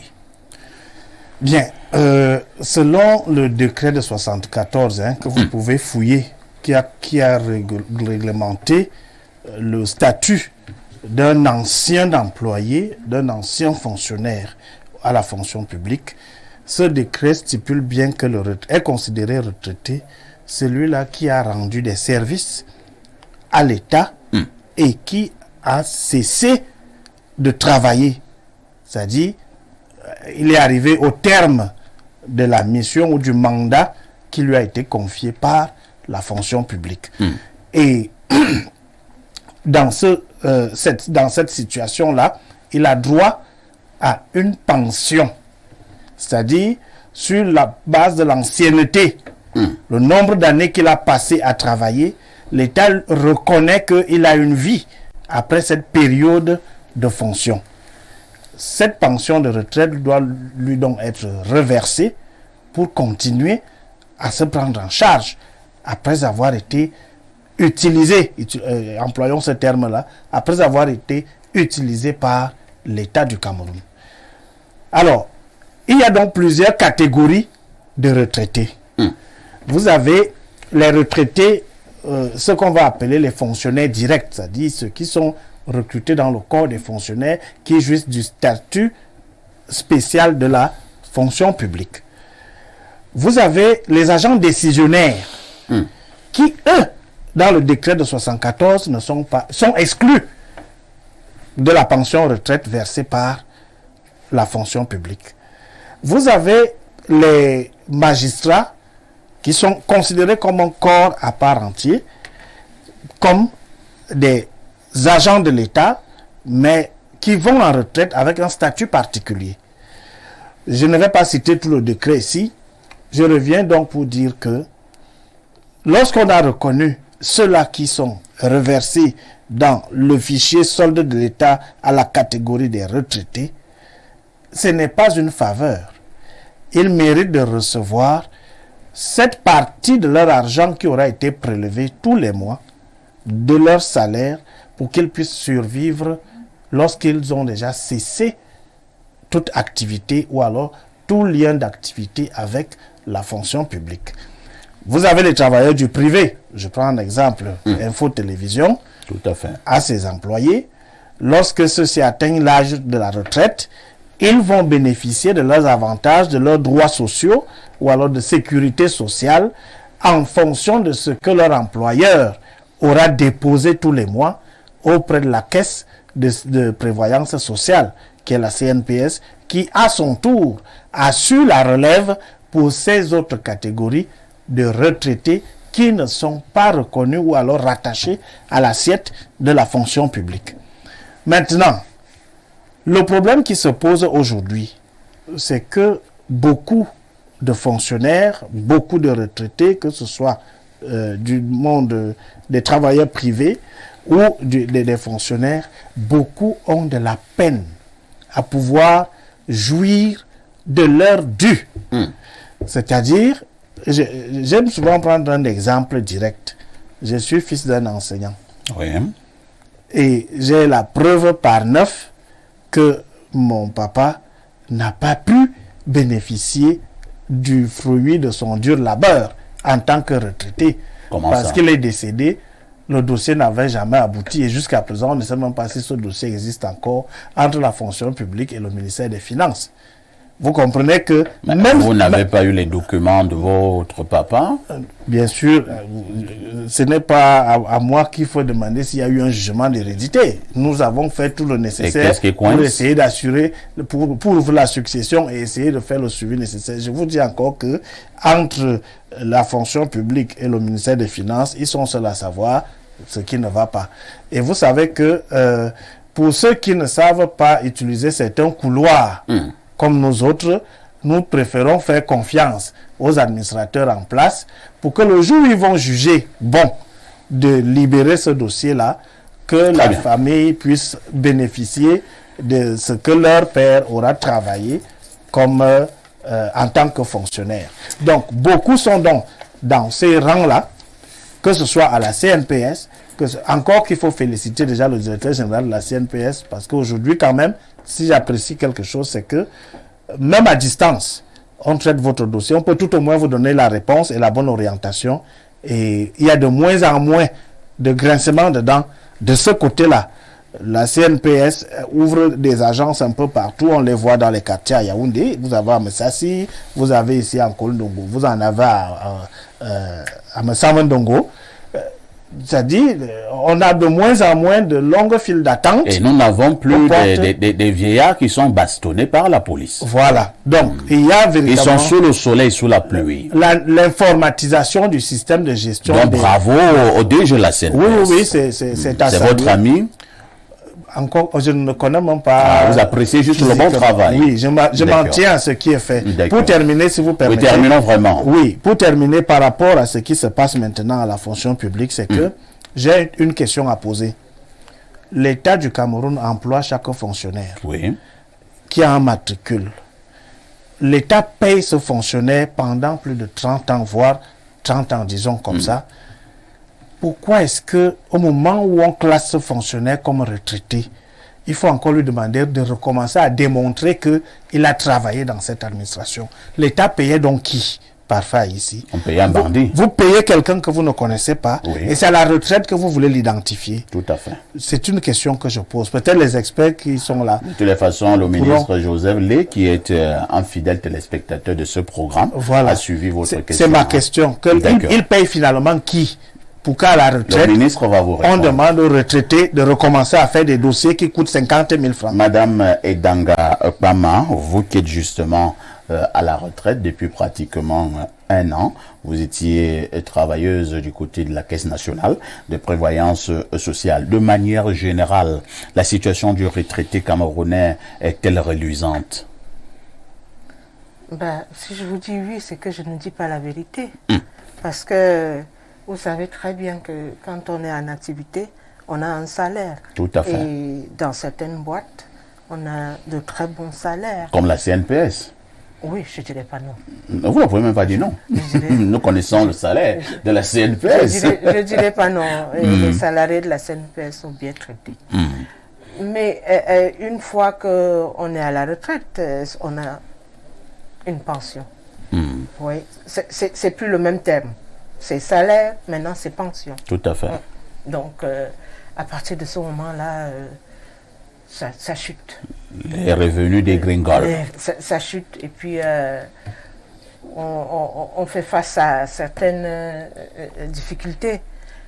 On a beau dire qu'il faut préparer sa retraite. Parce qu'à partir du moment où on commence à travailler, il faut savoir qu'on ira à la retraite un jour. Donc, il faut la préparer. Mais il faut tenir compte des aléas de la vie. il faut tenir compte de l'inflation. Il faut tenir compte de l'inflation. Et c'est pour ça que si vous me demandez si la situation est reluisante, je vous dirai non. Et il y a une actualité qui a d'ailleurs encore cours. Ou alors c'est entre guillemets un duel entre la Caisse nationale de prévoyance sociale et la Direction générale des impôts au sujet de l'imposition des pensions retraite. De quoi s'agit-il en réalité? En fait, c'est que la loi des finances, son article 30 du Code général des impôts, a prévu un prélèvement des impôts sur les pensions de retraite, entre autres prestations. Et puis, ils ont à un moment donné, ils ont décidé que la CNPS était le redevable légal. Ce qui n'est pas le cas. Donc, il y a eu donc eu ce duel-là entre la CNPS, les syndicats, les confédérations des travailleurs, la CNPS et la DGI. La DGI. Donc, c'est l'actualité qu'on avait il y a de cela 2 ou 3 semaines. Le problème est résolu? Je dirais non parce que la lettre du ministre est juste venue, le ministre des Finances est juste venu reconnaître à la CNPS le fait qu'il n'était pas le redevable légal. Mais ça ne veut pas dire que l'impôt, l'article 30 est toujours là. Ça ne veut pas dire qu'on ne va pas prélever l'impôt sur les pensions de retraite. On a juste reconnu à la CNPS le fait qu'il ne soit pas le redevable légal, c'est tout. Et ce qui a été prélevé en son temps par un avis de mise en recouvrement, on a promis de faire une sorte d'avoir à la CNPS sur les impôts à venir. Mais ça ne résout pas le problème des retraités. Ça ne résout pas le problème des pensions. Le problème des retraités et des pensions, c'est quoi? Si on se met à prélever un impôt sur le revenu des personnes physiques, vous voyez que le pouvoir d'achat du retraité est déjà faible. Au moment où le retraité, lui, il attend plutôt qu'on revalorise donc la pension, puisque avec le SMIC qui est passé de 36 270 francs à 60 000, on s'attend à ce que la pension aussi soit revalorisée. Ce n'est pas le cas, on nous dit plutôt que on va prélever, on va faire un impôt, on va percevoir un impôt sur la modique somme qui est déjà allouée aux retraités. Ça ne peut pas donner, c'est pas possible. Parce que je prends un simple exemple, le carburant. Quand je vais à la pompe, je ne présente pas mon statut de retraité pour avoir un prix différent du salarié. Pas du tout. Ce n'est que cet exemple-là. Merci. Et à Gérard qui veut absolument rebondir. Vraiment, en quelques secondes, les autres ne sont pas là pour le décor. Non, peut-être pas pour commenter. Mais repréciser quelque chose. Allons-y. À entendre Madame Pama parler, on a l'impression qu'on n'a pas véritablement cerné le problème à la base. Disons les choses de façon simple. Allons-y. Il s'agit de ce que on voudrait à nouveau prélever l'impôt sur le revenu à partir de chaque pension que reçoit chaque retraité. C'est-à-dire quoi? La pension qu'on reverse tous les mois, on va appeler ça le tiers du salaire, qu'on reverse tous les mois à un retraité, les impôts voudraient encore, dans cette pension-là, prélever un impôt sur le repas. Parce qu'on dit, cela reste un revenu. C'est de ça qu'il s'agit. Les impôts ne voudraient pas. La loi dispose que les impôts doivent prélever. Voilà. C'est pas comme si c'était elle maintenant, elle déplore cette situation. Le problème n'est pas au niveau des impôts. Le monsieur des impôts veut appliquer la loi. Vous pouvez changer la loi. Lui n'a pas de problème. Mais si la loi existe, lui l'applique. Voilà. Merci beaucoup. Comme Pierre Blériot, vous voulez encore réagir, madame? Non, comme Pierre Blériot a commencé à arracher la parole, je vais la lui donner. Alors, Pierre Blériot, vous allez peut-être parler du retraité de manière générale. Il y a quelque chose particulièrement qui me choque souvent. C'est-à-dire qu'un monsieur a travaillé dans une administration, ou un monsieur ou bien une dame, il est parti à la retraite, il revient dans la même administration pour suivre ses dossiers de pension. Ses collègues d'hier commencent à le maltraiter. Oui. Vous avez félicité le DG de la CNPS comme j'entends beaucoup d'autres le féliciter. Dans un environnement de médiocrité, Mokulu Mvondo mérite des félicitations. Comment ça? Dans un environnement de médiocrité, Mokulu Mvondo mérite des félicitations. Dans un environnement véritablement sérieux, il ne les mérite pas. Non, je vous le dis comme ça. Et je vais lui donner quelques lignes. Madame a travaillé là. C'est pour répondre à votre question. Allons-y. Pour répondre. La sécurité sociale devrait garantir certaines choses aux retraités. Leurs soins médicaux. C'est pour cela qu'on dit qu'il y a un hôpital de la CNPS. Je ne sais pas si nos retraités en bénéficient. Ils peuvent même d'abord se soigner là-bas. Bon, ça s'appelle donc comme ça. Ça coûte trop cher. Non, ça s'appelle donc comme ça. C'est-à-dire que vous avez travaillé et c'est vous qui avez construit l'hôpital de la CNPS. Est-ce que vous comprenez ça? C'est-à-dire c'est votre argent qui a construit l'hôpital de la CNPS. Mais à la fin, vous ne pouvez pas vous soigner là-bas. Donc la sécurité sociale devrait rendre des services sociaux aux retraités. C'est-à-dire devrait pourvoir un certain nombre de services. On devrait avoir santé, l'éducation, l'alimentation. Ainsi de suite. On devrait avoir des pensions, des lieux où les retraités vont acheter leur nourriture, ou des supermarchés créés par la CNPS. Ce genre de service, l'hôpital, pour vos enfants, pour vous-même, ainsi de suite, des facilités, parce que c'est avec votre argent que la CNPS a fait. Bon, chez nous donc, quand on coupe la lumière pendant 4 jours, le jour où la lumière revient, tout le monde crie « Ouais !»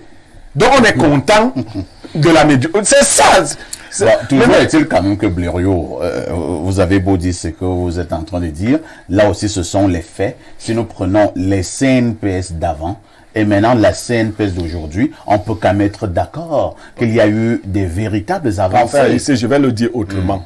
Quand vous êtes dans une salle où le premier de vos élèves a 40 fautes, quand vous obtenez un enfant qui a 20 fautes, vous le félicitez. Mais vous ne pouvez pas lui dire qu'il a un bon littéraire. Il a 20 fautes. Ce qu'il faut faire dans ce domaine-là est loin de ce qui devrait se faire.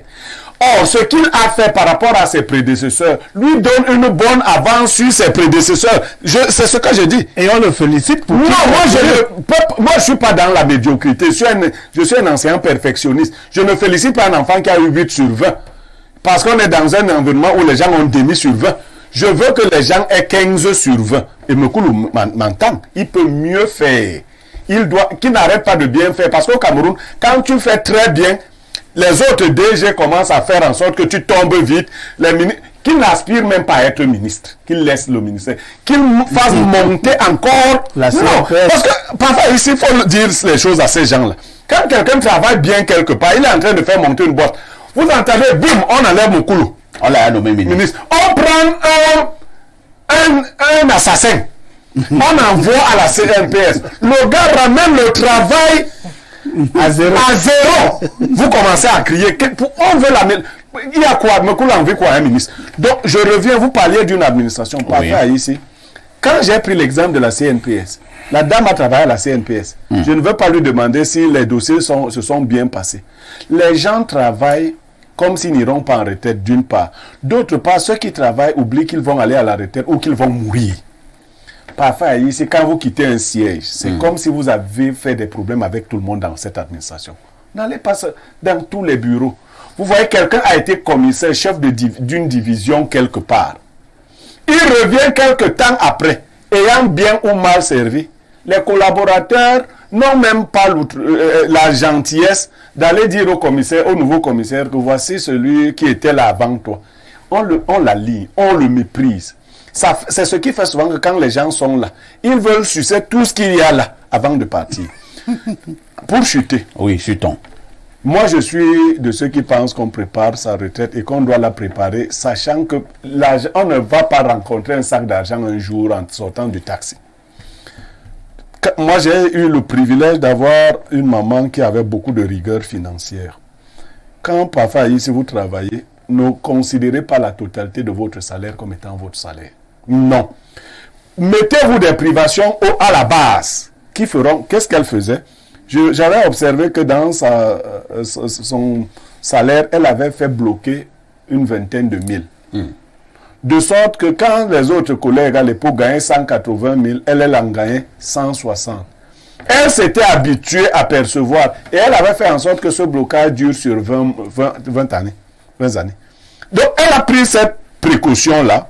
Je crois que ça lui a garanti à la fin une certaine sécurité, en plus de ce que l'État avait garanti pour elle. Si vous considérez que l'argent ne suffit jamais, mais considérez qu'on peut vous priver de cet argent, vous vivrez. Il n'y a pas la chance dans ce monde-ci. Il y a des gens qui ont les rêves des enfants. Un jour, je vais aller dans un quartier, je vais voir un sac couché dans la brousse. Quand il va aller récupérer le sac là, il va trouver 10 millions que quelqu'un avait... Non, les trucs là, c'est dans les rêves. C'est vous-même qui devez organiser votre vie. Merci bien. Oui, madame veut absolument réagir en quelques mots. Juste en quelques mots. Oui. Je voudrais faire une petite mise au point. Allons-y. Je voulais dire que la CNPS, il y a beaucoup d'avancées à la CNPS. Ne défendez pas mon coup. Non, je ne... Laissez comme j'ai fait. C'est de son droit. Laissez comme j'ai fait là. Non, c'est... Parce que je l'aime beaucoup. Je l'aime beaucoup la dame de parler. Je l'aime beaucoup. Permettez-moi de faire... Parce que si vous faites ça, je peux... Permettez-moi de je l'aime beaucoup. Permettez-moi de faire une mise au point. Vous avez parlé de l'hôpital. Vous avez parlé de l'hôpital. Est-ce que vous savez que avec ma décision de retraiter, je peux aller à l'hôpital de la Caisse faire des examens à 50%. Madame, vous voulez que je vous réponde? L'hôpital de la CNPS est pris, même si on vous donne à 25%, c'est encore grave. Donc le retraité n'a pas les moyens. Vous parlez de 50%. Oui. Quand vous mettez votre malade, j'ai amené ma petite soeur dernièrement. Caution 300 000. Si vous donnez les 50%, c'est 150 000. Non, vraiment, ce n'est pas les parts des retraités. Oui, je dis ceci, parfait, ce que je veux dire. La soeur n'est pas retraitée. Parfait, ce que je veux dire. C'est que les prix qui sont appliqués sont tellement énormes. Quand vous me demandez même 50%. Tous les retraités. Tous les retraités. Non, tous les retraités qui sont affiliés à la CNPS ont les mêmes avantages. Tout à fait. Il faudrait donc que nos retraités sachent désormais qu'ils peuvent être soignés. La CNPS a communiqué. Non, on organise les campagnes. La dame de parler. Allez-y, madame. La CNPS a assez communiqué sur ce point-là. Oui. Bien avant que moi je ne parte même à la retraite, ça se faisait déjà. J'en ai dans ma famille, donc je peux témoigner. Voilà. Je ne savais pas que le Merci beaucoup. J'aime beaucoup le laisser comme ça. Merci pour la mise au point. C'était ce que je voulais faire comme mise au point. Bernardo Basson, il y a également ce que j'appellerais ici un phénomène. Ça veut dire quoi? Généralement, une fois à la retraite, ici au Cameroun, vous ne tenez plus pour longtemps. On entend seulement que le village est prié d'attendre le corps sur place. Pourquoi nos retraités meurent si vite une fois à la retraite? Monsieur Nyemeka a partiellement répondu. La première réponse à cela, c'est que beaucoup de travailleurs ne préparent pas suffisamment leur retraite, ne s'engagent pas à investir ou à réinvestir leurs revenus afin d'être mieux au sortir de la carrière. Et donc, une fois que la carrière est terminée, beaucoup n'arrivent plus à joindre les deux bouts. Et quand on arrive à joindre les deux bouts, on stresse et forcément la mort est à côté. Madame, vous savez, dans ce Cameroun, nos gouvernants sont tellement réprochables que parfois on fait l'effort sur les plateaux télé de ne pas être trop dur. Mais si on verse les dossiers de la CNPS ici, monsieur, ça ne va pas se terminer, vous voyez. Non. Ça ne me concerne pas. Ce n'est pas... non, on va recadrer, monsieur Basson. L'émission de ce matin n'est pas focalisée sur le DG de la CNPS ou bien sur la gestion du DG de la CNPS. Bien sûr. Nous parlons des retraites et des retraités. Et donc, il est au cœur de notre débat. Ce n'est pas... Non, ce n'est pas...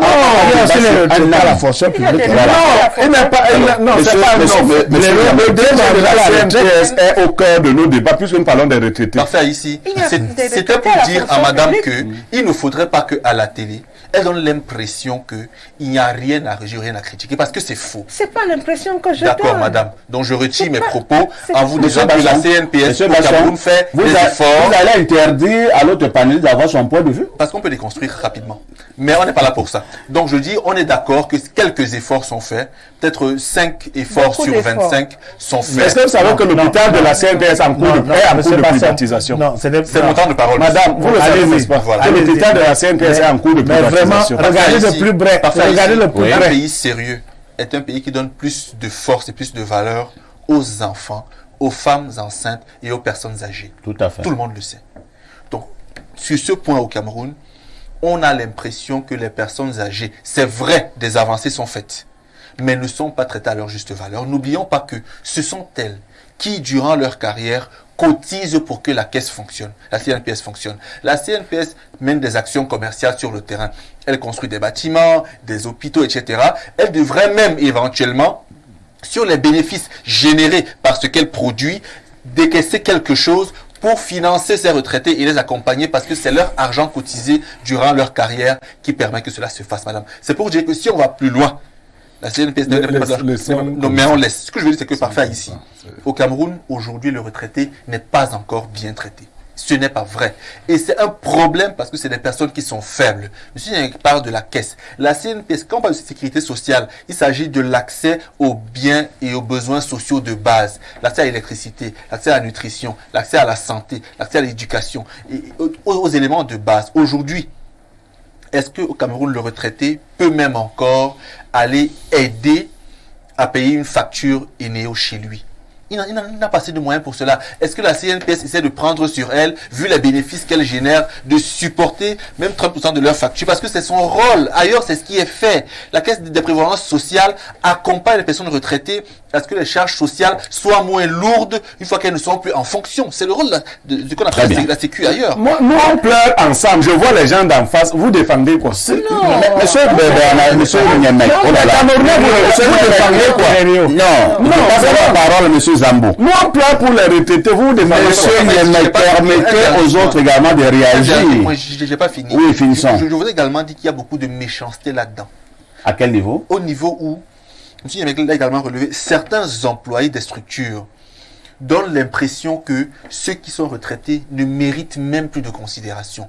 Moi, j'ai des personnes qui sont décédées pendant qu'elles suivaient leur dossier à la CNPS. Et pendant qu'elles le suivaient, les gens à l'intérieur leur parlaient tellement mal qu'il y a un papa qui a fait une crise. Il est rentré et dit que c'est même quoi dans ce pays? C'est même quoi? C'était la CNPS avant, hein? Non, il y a 6 ans. Et il est décédé parce que justement, il a fait une crise. On a compris. On va passer la parole à M. Zambo. C'est vrai, c'est un cas isolé. M. Zambo, allons-y. Mais ne blanchissons pas tout. Bien, merci, parfait. Ici, je voudrais d'abord dire une chose. Il n'y a pas que les retraités du secteur privé concernés par la CNPS. Et moi, je parle des retraités, c'est de manière générale. Il y a aussi des retraités ailleurs. Tout à fait. Et j'avisais déjà mon ami Blériot que lorsqu'il prendra sa retraite, il pourra mieux parler des problèmes des retraités dans le sens, c'est-à-dire en étant déjà dans le camp. Moi, j'ai pris ma retraite depuis. Dans le camp des retraités. À quel âge? Je n'ai même pas travaillé. Lui qui attend son 15e enfant, pour parler donc de façon générale. Vous avez des gens qui organisent leur vie de telle sorte qu'ils s'est concentré à faire un certain nombre de choses. C'est pas mal. Mais il y a un temps pour faire les enfants. Il y a un temps où il faut élever ses enfants pour que vous ne soyez pas à l'âge de la retraite en train d'accompagner vos enfants à la maternelle. Parfois ici, l'éducation sociale est importante. L'éducation sociale est importante. Vous ne pouvez pas commencer à faire des enfants à 50 ans. Lorsque vous aurez 70 ans, votre fils aîné aura 20 ans. À 70 ans, vous n'aurez même pas la possibilité de le voir éclore en tant qu'homme ou s'affirmer. À 90 ans, il aura quel âge? Et vous serez où?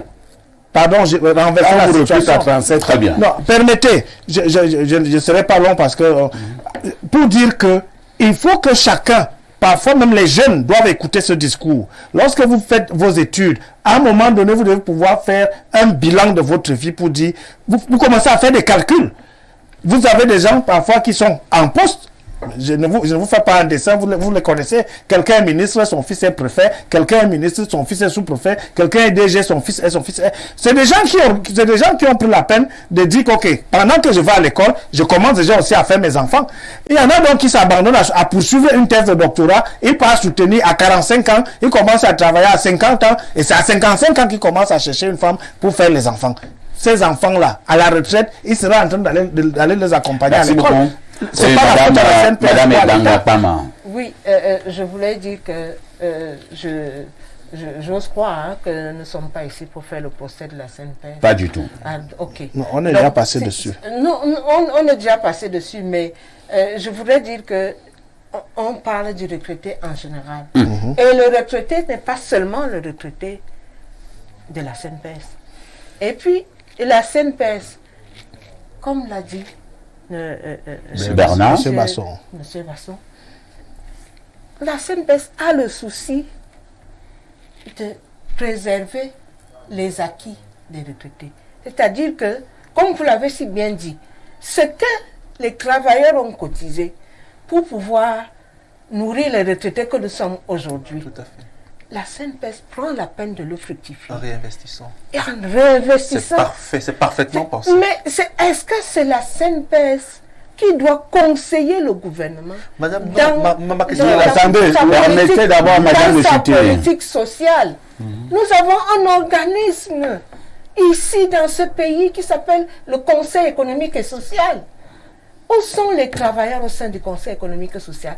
Est-ce que vous entendez me parler du Conseil économique et social? Là-bas, c'est mort depuis. Oui, madame, c'est mort depuis. Parce que récemment, on a construit une résidence là-bas à 2 milliards. Donc, on entend parler. Voilà. Donc, si c'est dans ce sens-là que vous nous entendez parler du Conseil économique et social... Madame, permettez-moi une virgule, s'il vous plaît. Nous sommes Est-ce que d'accord. donc, les bénéfices générés par les investissements produits par les travailleurs sont redistribués à ces travailleurs-là une fois en retraite? C'est des réserves. Pour que, si aujourd'hui, il y a un incident, qu'on puisse continuer à payer ma pension, par exemple. D'accord. Que je puisse l'avoir sans avoir peur de dire, wow, comme Eneo a coupé le courant, il n'y a plus d'énergie. Non, que je puisse avoir ma pension. Ces réserves-là, c'est pour que les retraités que nous sommes continuent à percevoir régulièrement leur pension. Merci beaucoup. On va lire les préoccupations des téléspectateurs, eux qui ont également le droit de dire un mot. Bonjour le panel, comme toujours très bonne émission. Par rapport à la question de savoir pourquoi nos retraités décèdent, je tenais à vous dire que hormis le manque de la CNPS, il y a certains retraités avant leur embauche diminuent leur âge. Par exemple, mon collègue, lorsqu'on devait le recruter dans une boîte du pays, il est allé diminuer son âge de 12 ans. Il avait 32 ans, dont son nouvel âge était 20 ans. Ça, depuis Touboro. J'avais vraiment un collègue très dangereux. D'autres messages ce jour. Alors, perfecto, je pense que le problème des retraités n'est pas le fait de ne plus pouvoir joindre les deux bouts. Le problème avec nos retraités est qu'ils se sont tellement habitués au cours de leur carrière d'user et abuser d'un pouvoir illégal et illégitime. C'est l'idée de ne plus pouvoir jouir de ce pouvoir et ses honneurs qui les précipitent vers la mort. Perfecto constate que les retraités du privé sont ceux qui souffrent le plus mais meurent le moins. Par contre, les retraités du public souffrent moins que ceux du privé, mais sont ceux-là qui meurent le plus après la mise à la retraite. Qu'elle a fait des statistiques. Autre message ce jour. Bonjour monsieur Aïssi, juste démentir vous-même, vous avez quelle preuve d'apporter votre démenti? Il faut faire très attention, monsieur. Alors, un autre message. Bonjour, le plateau, ancien président du syndicat, délégué du personnel pendant toute ma vie professionnelle. Au Cameroun, l'hôpital à CNPS a du mal à être accessible. Ils ont fait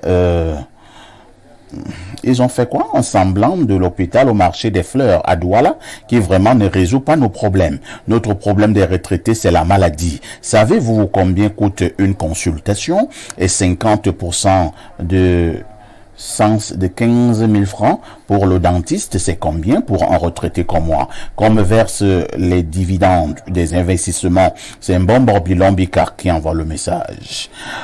On va lire deux dernières. Bonjour le grand panel. Tout est à refaire au Cameroun. La prévoyance, la justice, la santé des retraités. C'est Roger, retraité à Douala. Et un autre ami du 226 au Burkina qui va intervenir. Salut Perfecto. Voilà que madame sur le plateau vous parle de la CNPS, son ancien lieu de travail. Tous les retraités bénéficient des avantages à l'hôpital de la Caisse. Bien. Un retraité de Fort Fourreau viendra jusqu'à Yaoundé, le seul hôpital. Si vous voulez que cela change, devenez CNSS, c'est-à-dire Caisse nationale de sécurité sociale. Vous êtes encore au niveau de la prévoyance. Par contre, votre ministère est celui du travail et de la sécurité sociale. Paul depuis Ouaga, s'il vous plaît, Fort Fourreau était l'appellation de la ville de Kousséri, à l'extrême nord. Tout à fait. Et l'autre était Fort Lamy. Pierre Bléom, mais il y a quand même aussi un autre souci au niveau du Cameroun. Lorsqu'on parle des retraités, c'est l'aspect ayant trait à l'âge de mise à la retraite. Pourquoi cet âge n'est véritablement pas, entre guillemets, harmonisé? Non, on l'a récemment harmonisé, sauf pour des cas spéciaux. Il a évoqué le cas des magistrats. Mais il y avait et les enseignants d'université. Dans le cas des enseignants d'université, il y a une bonne raison parfaite. Mes amis magistrats vont me pardonner, mais chez eux, il n'y a pas une bonne raison. Puisque vous entrez à l'ENAM très jeune. On n'entre pas à l'ENAM après 30 ans, non. Vous entrez à l'ENAM très jeune.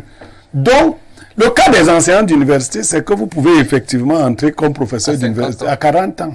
Oui. Pour avoir le doctorat. Vous voyez? Donc, on essaye de rattraper. Ça, c'est la première raison. La deuxième raison, c'est que l'enseignement, c'est comme le bon vin. Plus il est vieux, mieux il se prend. Oui. On estime que les enseignants de la soixantaine et autres, pour le reste, il y avait des injustices parfaites, inimaginables. Il y avait des corps où on allait à la retraite à 50 ans. Oui, 50 ans. À 50 ans, vous voyez quelqu'un dans son âge de vie, on l'envoie à la retraite. Non. Quittons la CNPS, on reviendra sur la CNPS une autre fois pour faire rendre hommage à madame qui est de la CNPS. Pensons maintenant les retraités de la fonction publique, pas ici. Les retraites se gèrent à la petite semaine à la fonction publique. C'est là-bas que le système est le plus lent possible. Vous mourrez avant d'avoir vu votre dossier aboutir. Parfois ici, on se dit la vérité, dans la fonction publique, c'est surtout les avantages de service qui permettent aux fonctionnaires de vivre. On vous coupe à la fois les avantages de service et le salaire. Et ça dure sur des mois, voire des années. Comment vous prenez en charge ici directement? Un matin, vous voyez bulletin nul. C'est-à-dire, vous quittez le bureau. L'autre chose qui tue les gens, c'est l'inactivité. Beaucoup de fonctionnaires n'ont pas appris à diversifier leurs activités. D'ailleurs, ils avaient prévu que quand vous travaillez à la fonction publique, vous ne faites pas d'autres activités ici. Donc, le fonctionnaire a appris à s'habiller en costume le matin. Et tourner sur un ciel. Et aller s'asseoir. Le jour où on lui dit que mon frère, le travail est fini, il croit d'abord qu'il rêve.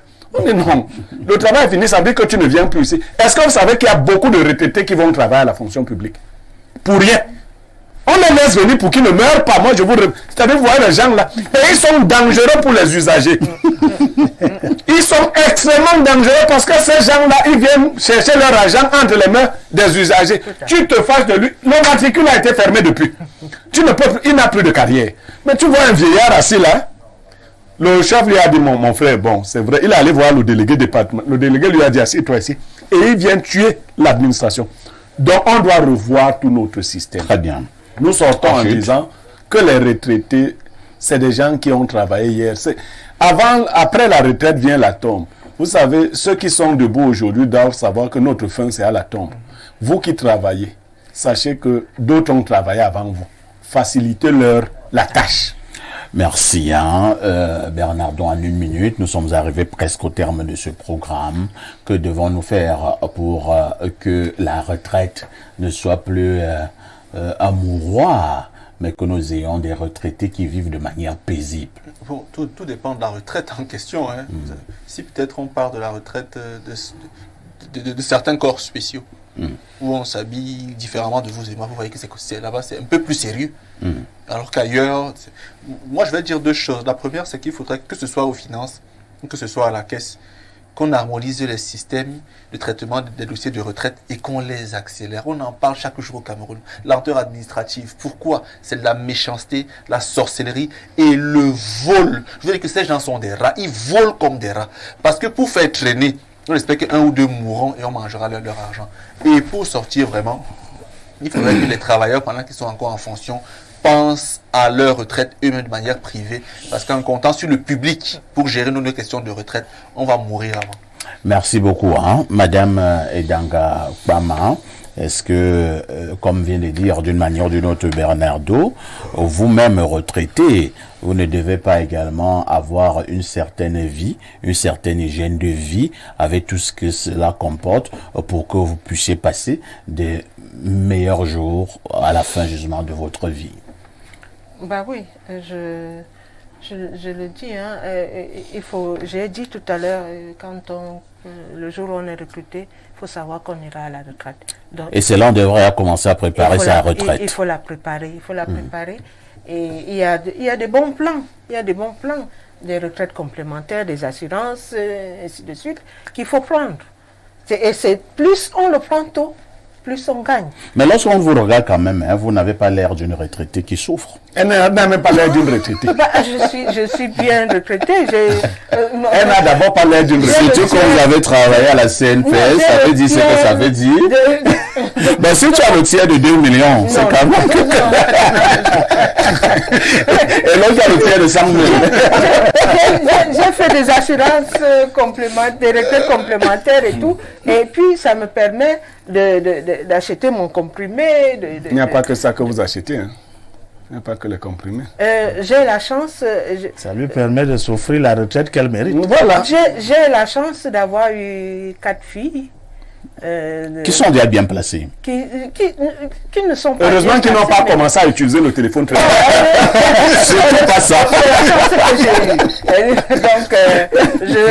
je remercie le Seigneur de me donner cette retraite-là. Gérard, merci d'avoir été là ce matin. Merci, parfait. Ici, je sors simplement en disant beaucoup de courage aux retraités camerounais parce que nous savons une chose, même l'émergence, on ne pourra l'atteindre qu'avec un certain nombre de sacrifices. Ils sont certainement ceux-là qui ne sont pas les plus considérés et qui ont encore beaucoup de patience à se doter avant d'attendre voir les fleurs. Merci beaucoup. Nous sommes arrivés au terme de ce programme. Nous souhaitons simplement une bonne fin de vie à tous les retraités du monde entier et plus particulièrement à ceux du Cameroun. Maintenant, nous qui sommes encore en activité, que nous sachions également que ça ne sert à rien de maltraiter les retraités d'aujourd'hui parce que vous-même vous serez les retraités de demain. Merci à Edanga, Madame Edanga Kpama, Marie-Joseph qui était là. Merci à Gérard Zambo, merci à Pierre Blériot, merci à Bernardo. Dans exactement 7 minutes, vous allez retrouver le journal de la mi-journée. La rediffusion de ce programme, c'est tous les soirs à partir de 22h30. Avec tout ceci, que faites-vous encore ailleurs?